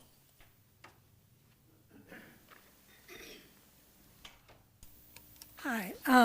As a fifth-generation resident of Arlington Heights, I am just so pleased with the things that this board has been doing and the way they have opened this community to so many people who are important citizens now. I'm just going to say all those people that came before me and endorsed this product, they said it better than I can say it here. But I think it'll be wonderful when we have these young women in a place of sanctuary here in our village. So thank you, guys. Thanks, Sandy. Next is Michael Phillip, and then Father Corey Brost. Hello, I'm Michael Phillip, a resident of 29 years in Arlington Heights. I'm a clinical psychologist, retired who worked in the public sector with children, families, and adults. For the past 7 years, I volunteered at Maryville. In my first year, I volunteered with boys in residential care on the Des Plaines campus, and over the last 6 years, I've given 2 days a week to the Maryville Crisis Nursery, working with kids as young as a week old up through the age of 6 years. Maryville is a values-oriented organization that truly lives its values. They provide well-structured, caring programs that meet the needs of children. As both a professional and a volunteer, I've observed good work and I've participated in the same work. I'm proud to be connected to that organization, and I know it will do a fine job here in Arlington Heights. I hope you'll support the program. Thanks, Michael. And the last card I have is Father Corey Brost.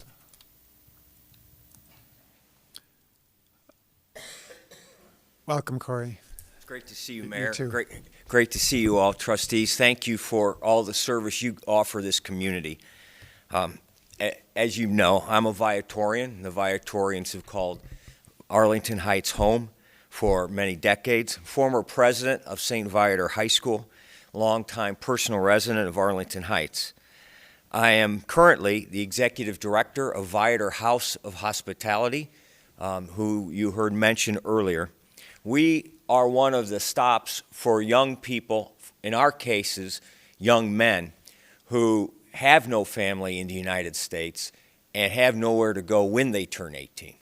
We have hosted 96 young men from 22 countries since we opened 5 years ago.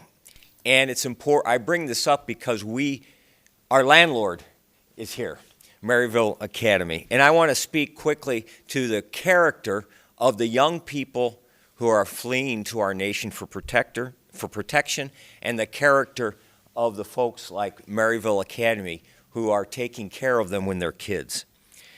Kids don't want to leave home. They only leave when home chases them away. I know because of the young men with whom I work, with whom I have the honor of working. They leave because family members have been killed or the kids themselves have been tortured or thrown in jail. They leave because gangs have threatened their lives or extremists have killed their parents.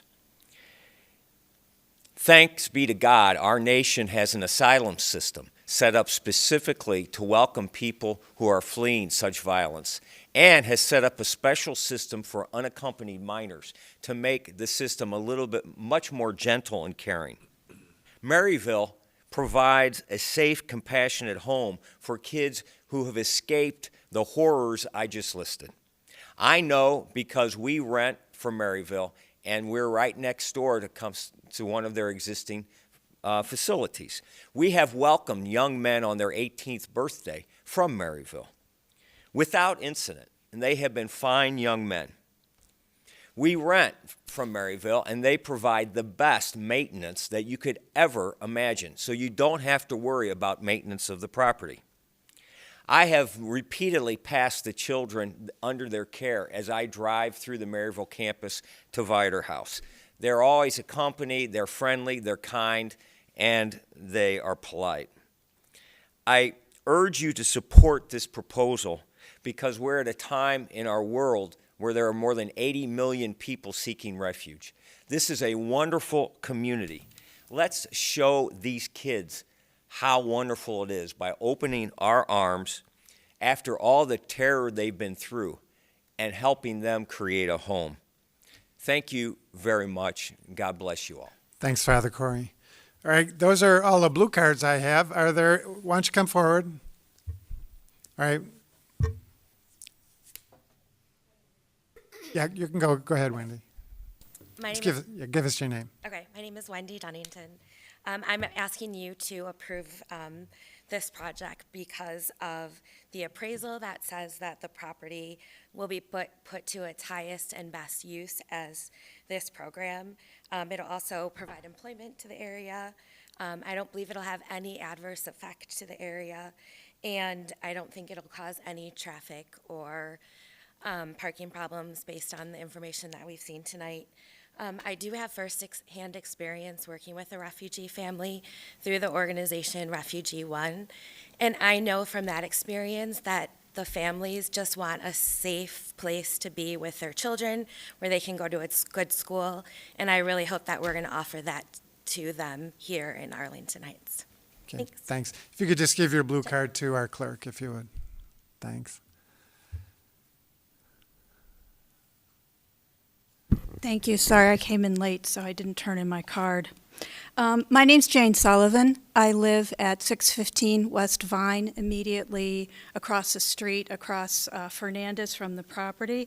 I could not argue with anything that's been said so far. It would be very hard to dispute the good works that Maryville does, the needs of the population that they intend to serve, the training that they talk about that the staff will receive, the programming.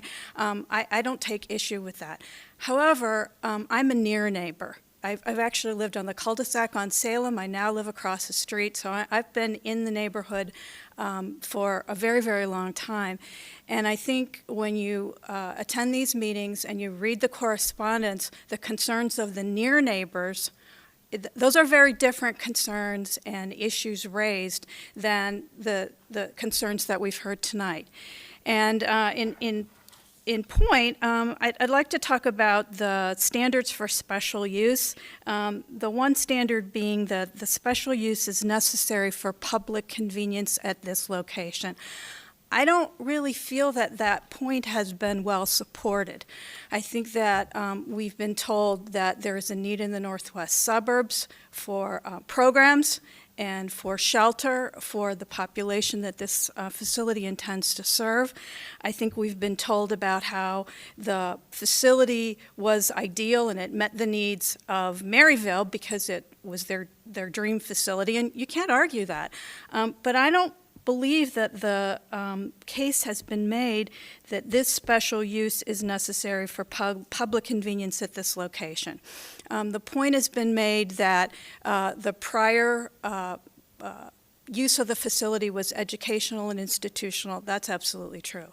I think the proposed use in that it would be a shelter is very different than daytime daycare facility that the Montessori school provided. So I would really encourage you to look at what we've said, special use, what are the standards for special use, and to try to tease apart the mission, the goodwill that Maryville does with, does this really meet the standards for special use, and listen to the people who are the near neighbors, because we are the people who are most likely to be directly impacted by the facility. Thank you so much. And Jane, can you just give your card over there if you would? Was there somebody else? Yeah, come forward. We got a couple others.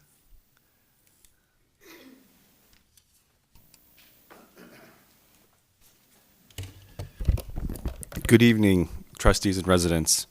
Thank you to our board for serving our wonderful village. Sir, could you give us your name, please? Sorry. Mike Zaleski at 944 North Fernandez Avenue.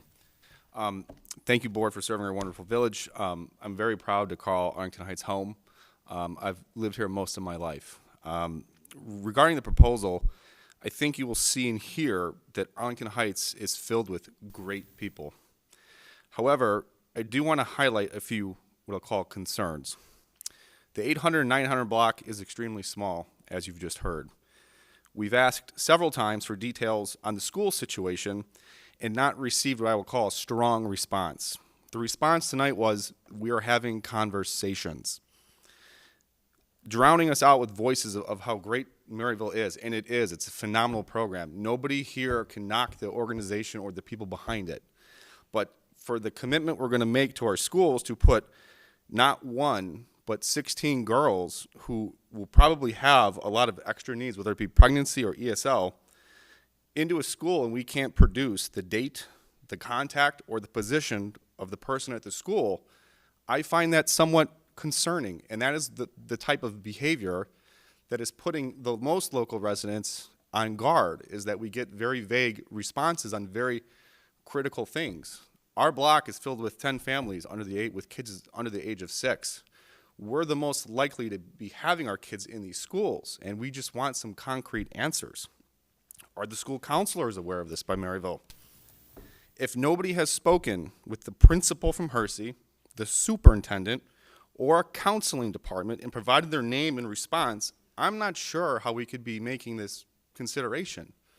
And the last point I'll make is about the appraisal process. And I know it's came up a bit, and somebody just referenced it.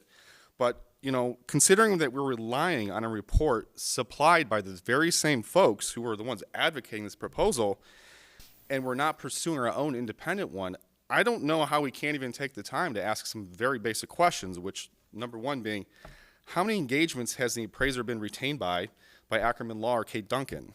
Has Ackerman Law ever pushed their appraisal report to the side in favor of somebody else's? Or lastly, is this engagement an independent appraisal, or is it just an arm's length consulting arrangement? And, you know, coming full circle here, I don't think anybody here is against this. I think what Trustee Tinaglia said was great. Those are the things we wanted to hear, which is, what can we do to put some things in place so that everyone feels comfortable? And it's taken this long to have those conversations. I've already emailed the board my concerns, and I just want to say I'm very thankful. I talked to Nicolle over the week. I owe her an apology. I think some of you guys an apology, but I'm very proud to be a resident. I'm very proud to be heard. And, you know, we're very passionate about our community. And as you've been hearing slowly here, you know, the block isn't that big, and some of the most local residents are the most impacted. And some of the things we're asking are very concrete, and we're getting very vague responses. And I just would like to see the board, you know, ask for some finer details. And I think once those are heard and reached, I think everybody here will be incredibly supportive of, you know, the mission, what they're doing. And, you know, I think everyone here has a good heart. We want to see the best for these 16 girls, but we got to clear up some uncertainties that are just getting vague responses. So I appreciate the time for everyone tonight, and thank you. Okay, thanks. Mike, if you just give your card to the clerk. And do we have one other? Come forward if you would.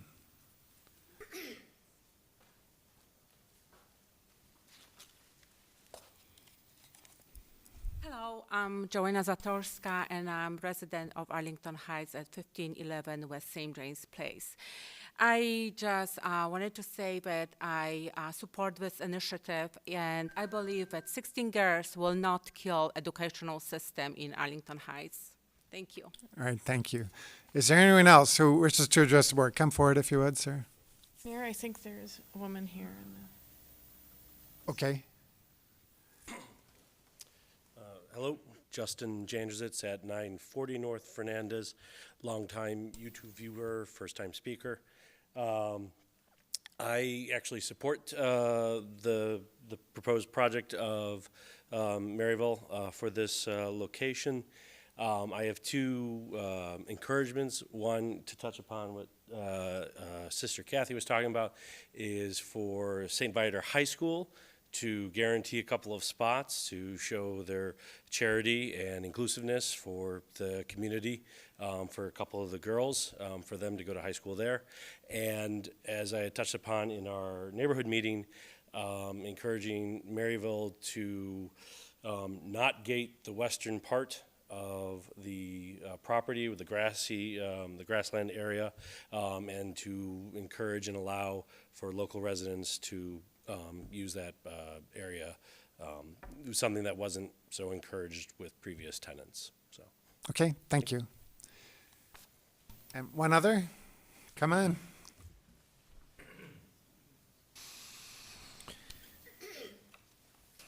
Welcome. Hi. It's good to see you You again. too. I'm Sister Carrie Miller, a sister of the Living Word, who was part of this wonderful sacred space for 36 years. We could want nothing more, nothing better, nothing finer, nothing more of value than to have Maryville take over our space. Mayor Hayes, when our sisters left Arlington Heights a year ago, I wrote to you, and one of the things that I said in that letter was that the sisters had been so welcomed. Sisters aren't always welcomed everywhere. We were so welcomed, and it was our privilege to become a part of the dynamic of Arlington Heights. There could be no better village for us to have been a part of. We made an impact on this village. And when I look at the world today, and I say we are part of a global community, the challenge just is right there. And I have to say that it enabled Arlington Heights and the people in our neighborhood around this lovely place, all of the people here welcomed what we could bring as a part of this community. Today, if there is a challenge at all, it's to challenge the heart of the world. Look what's happening all over the world and then 20 miles from us. Who begins to change the heart of the world?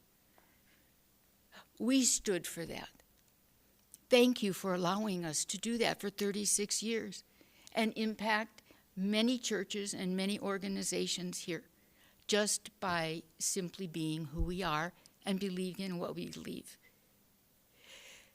To change the heart of the world and to work for the legislation for immigration, compassionate reform.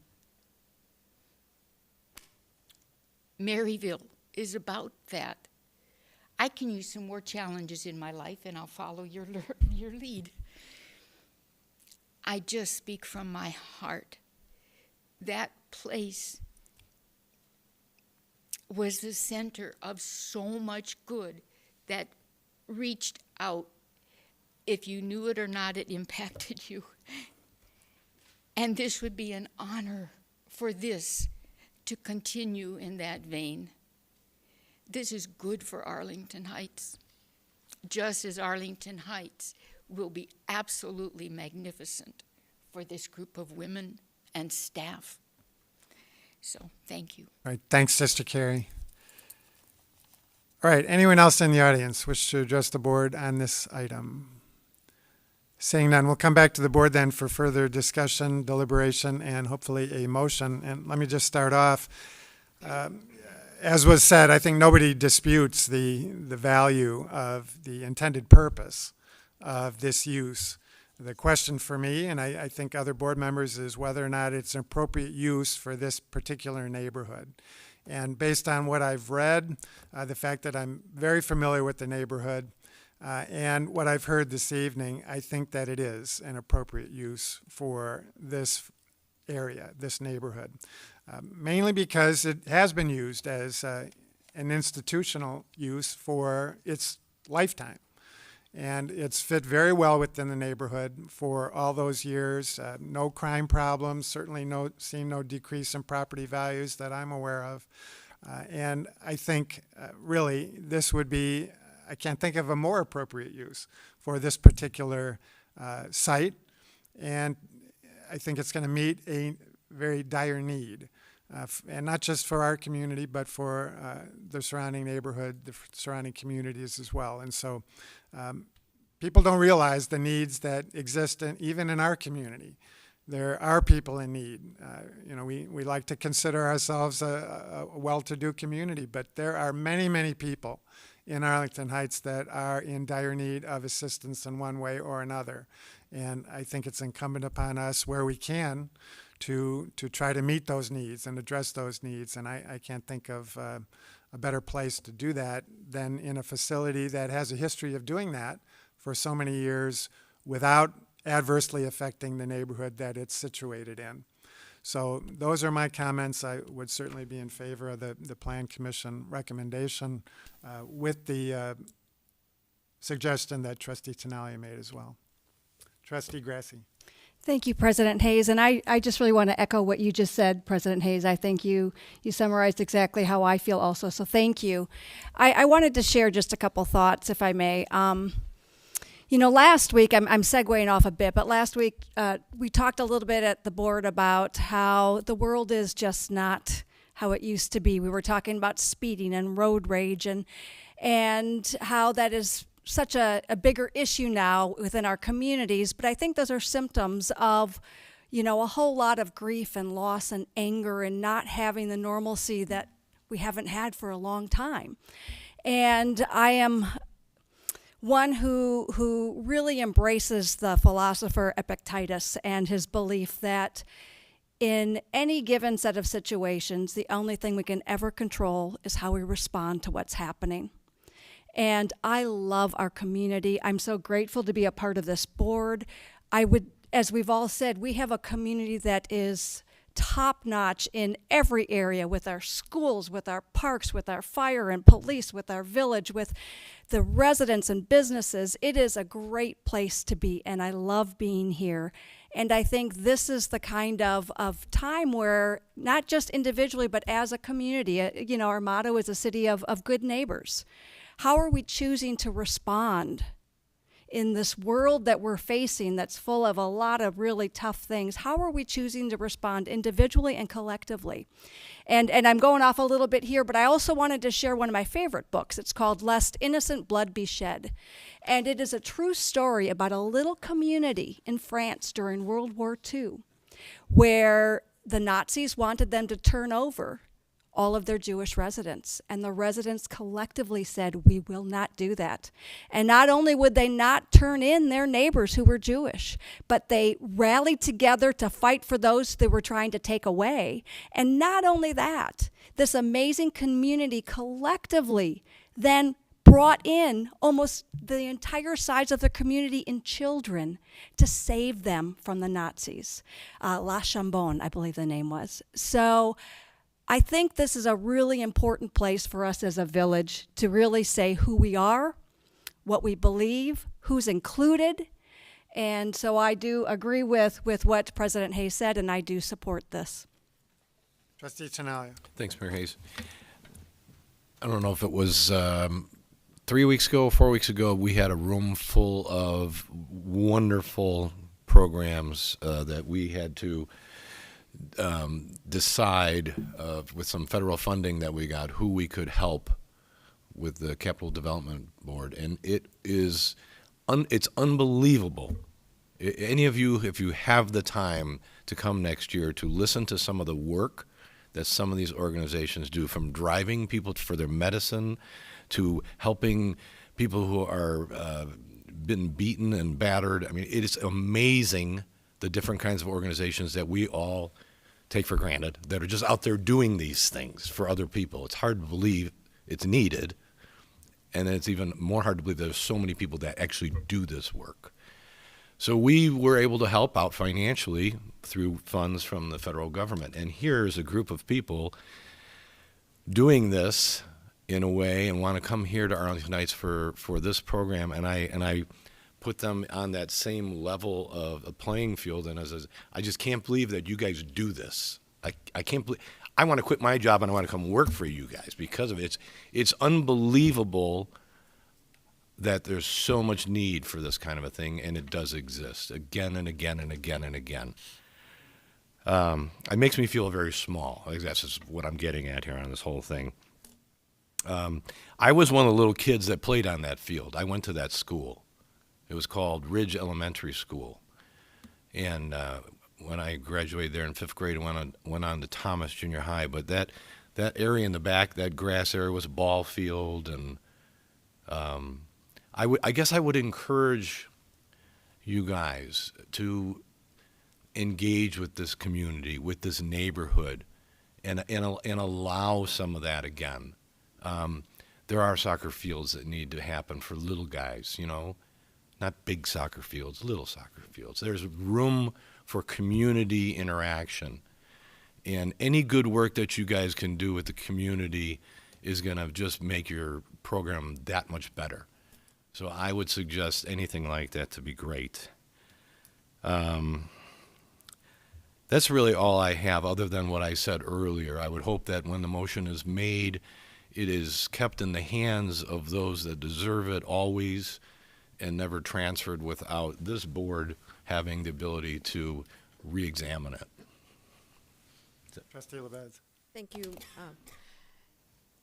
We've heard a lot of wonderful things tonight about the program, about Maryville, and so on. But I also want to acknowledge to the neighbors that change is difficult.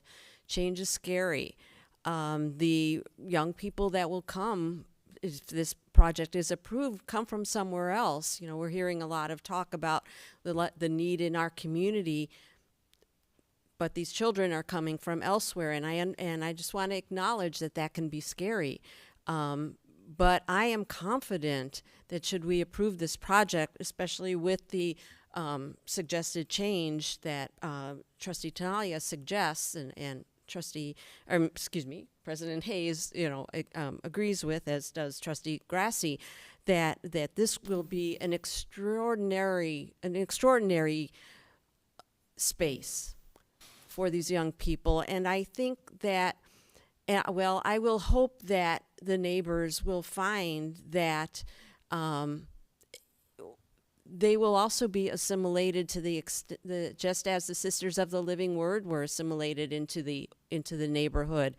And I think that we can all work to embrace and help this be, a welcome project. This is a welcoming community. We do embrace people that come from elsewhere that need our help, as we know from, the others that have spoken. So, and most of us came from somewhere else anyway, whether we came here just to be residents or whatever. So, but I do acknowledge that, the residents are concerned. I'm personally not particularly concerned about the school situation. I don't think that there's enough young women who will be part of it that will have a major impact on Hersey High School if indeed they're all 15 to 16-year-olds, and especially if some of the children go to Viator High School.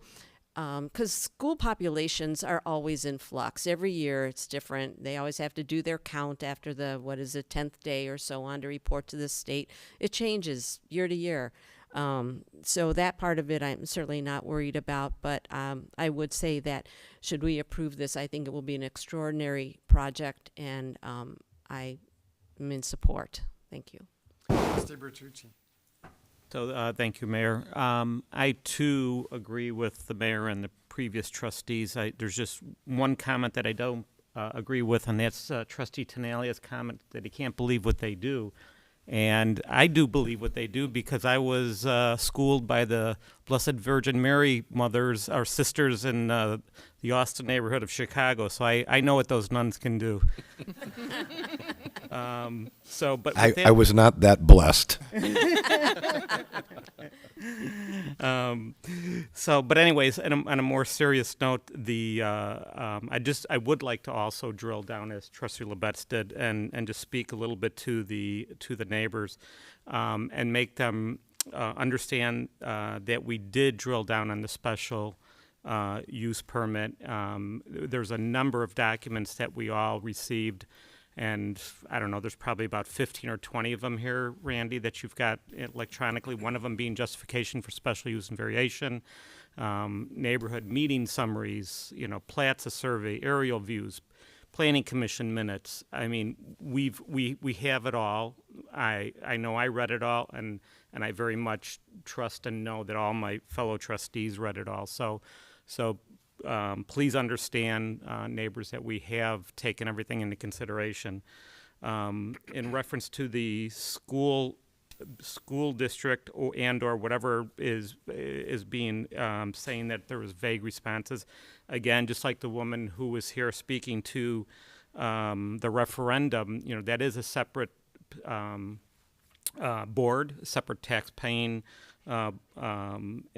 organization that we have it's not like we are over them.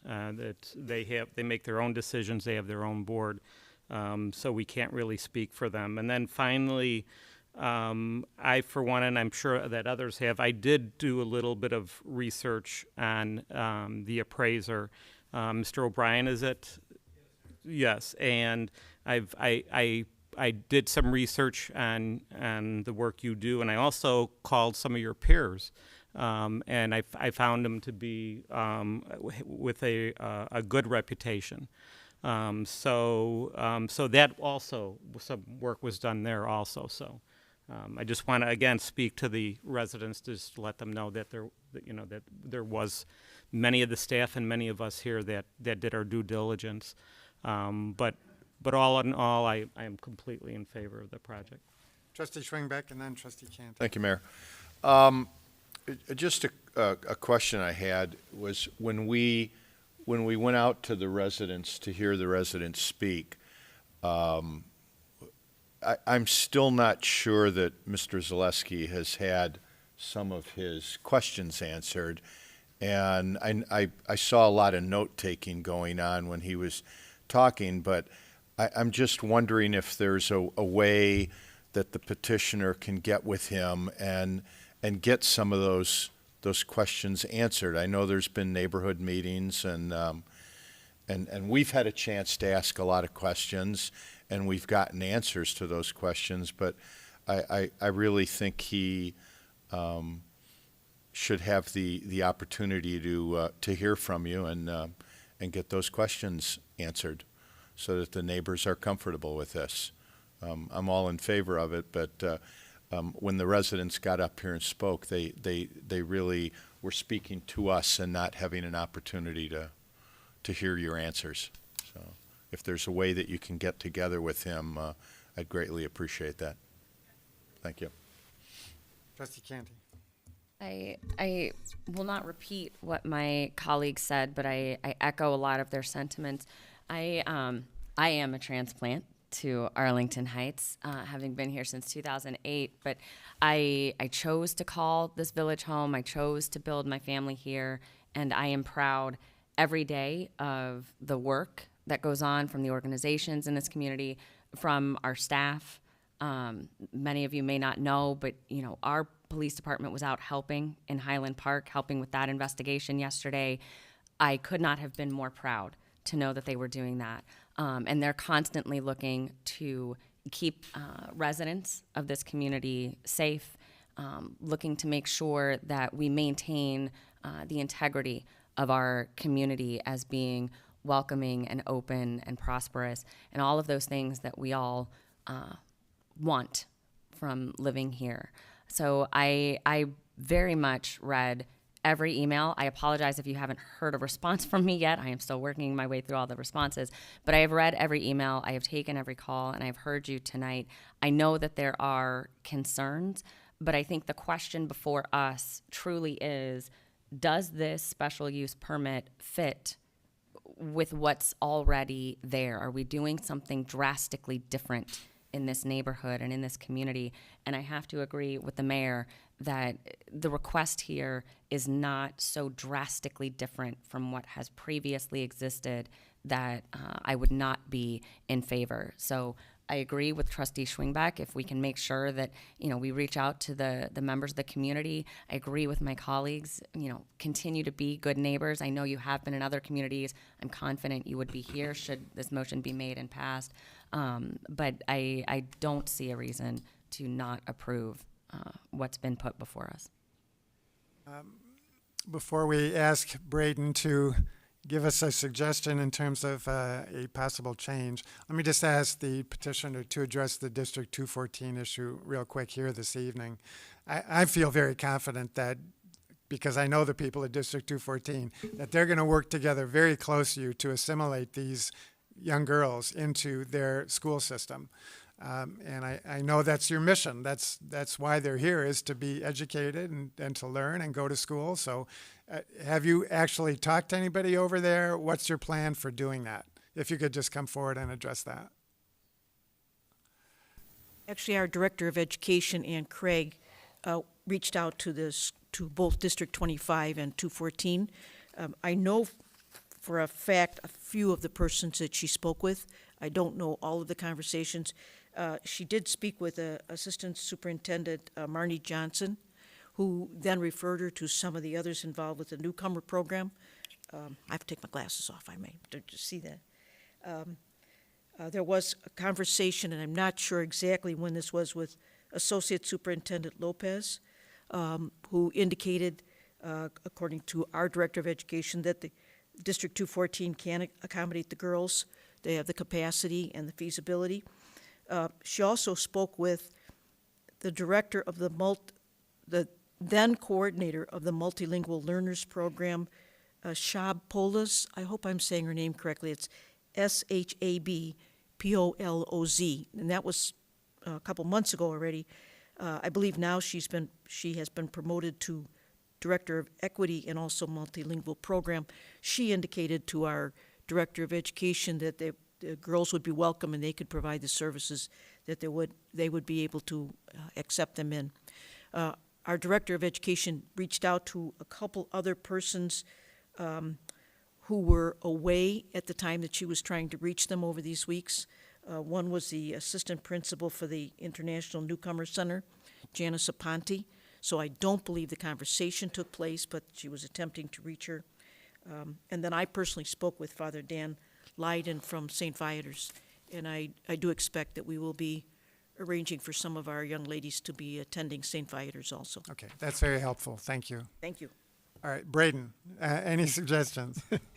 Yes, you could consider a motion to grant the special use and the variation subject first to the conditions recommended by the Plan Commission, if you were made in agreements with them, and then second, subject to the condition that these approvals be specific to the applicant, and that any attempt to transfer the property with the benefit of these approvals be subject to review and approval by you, by the board.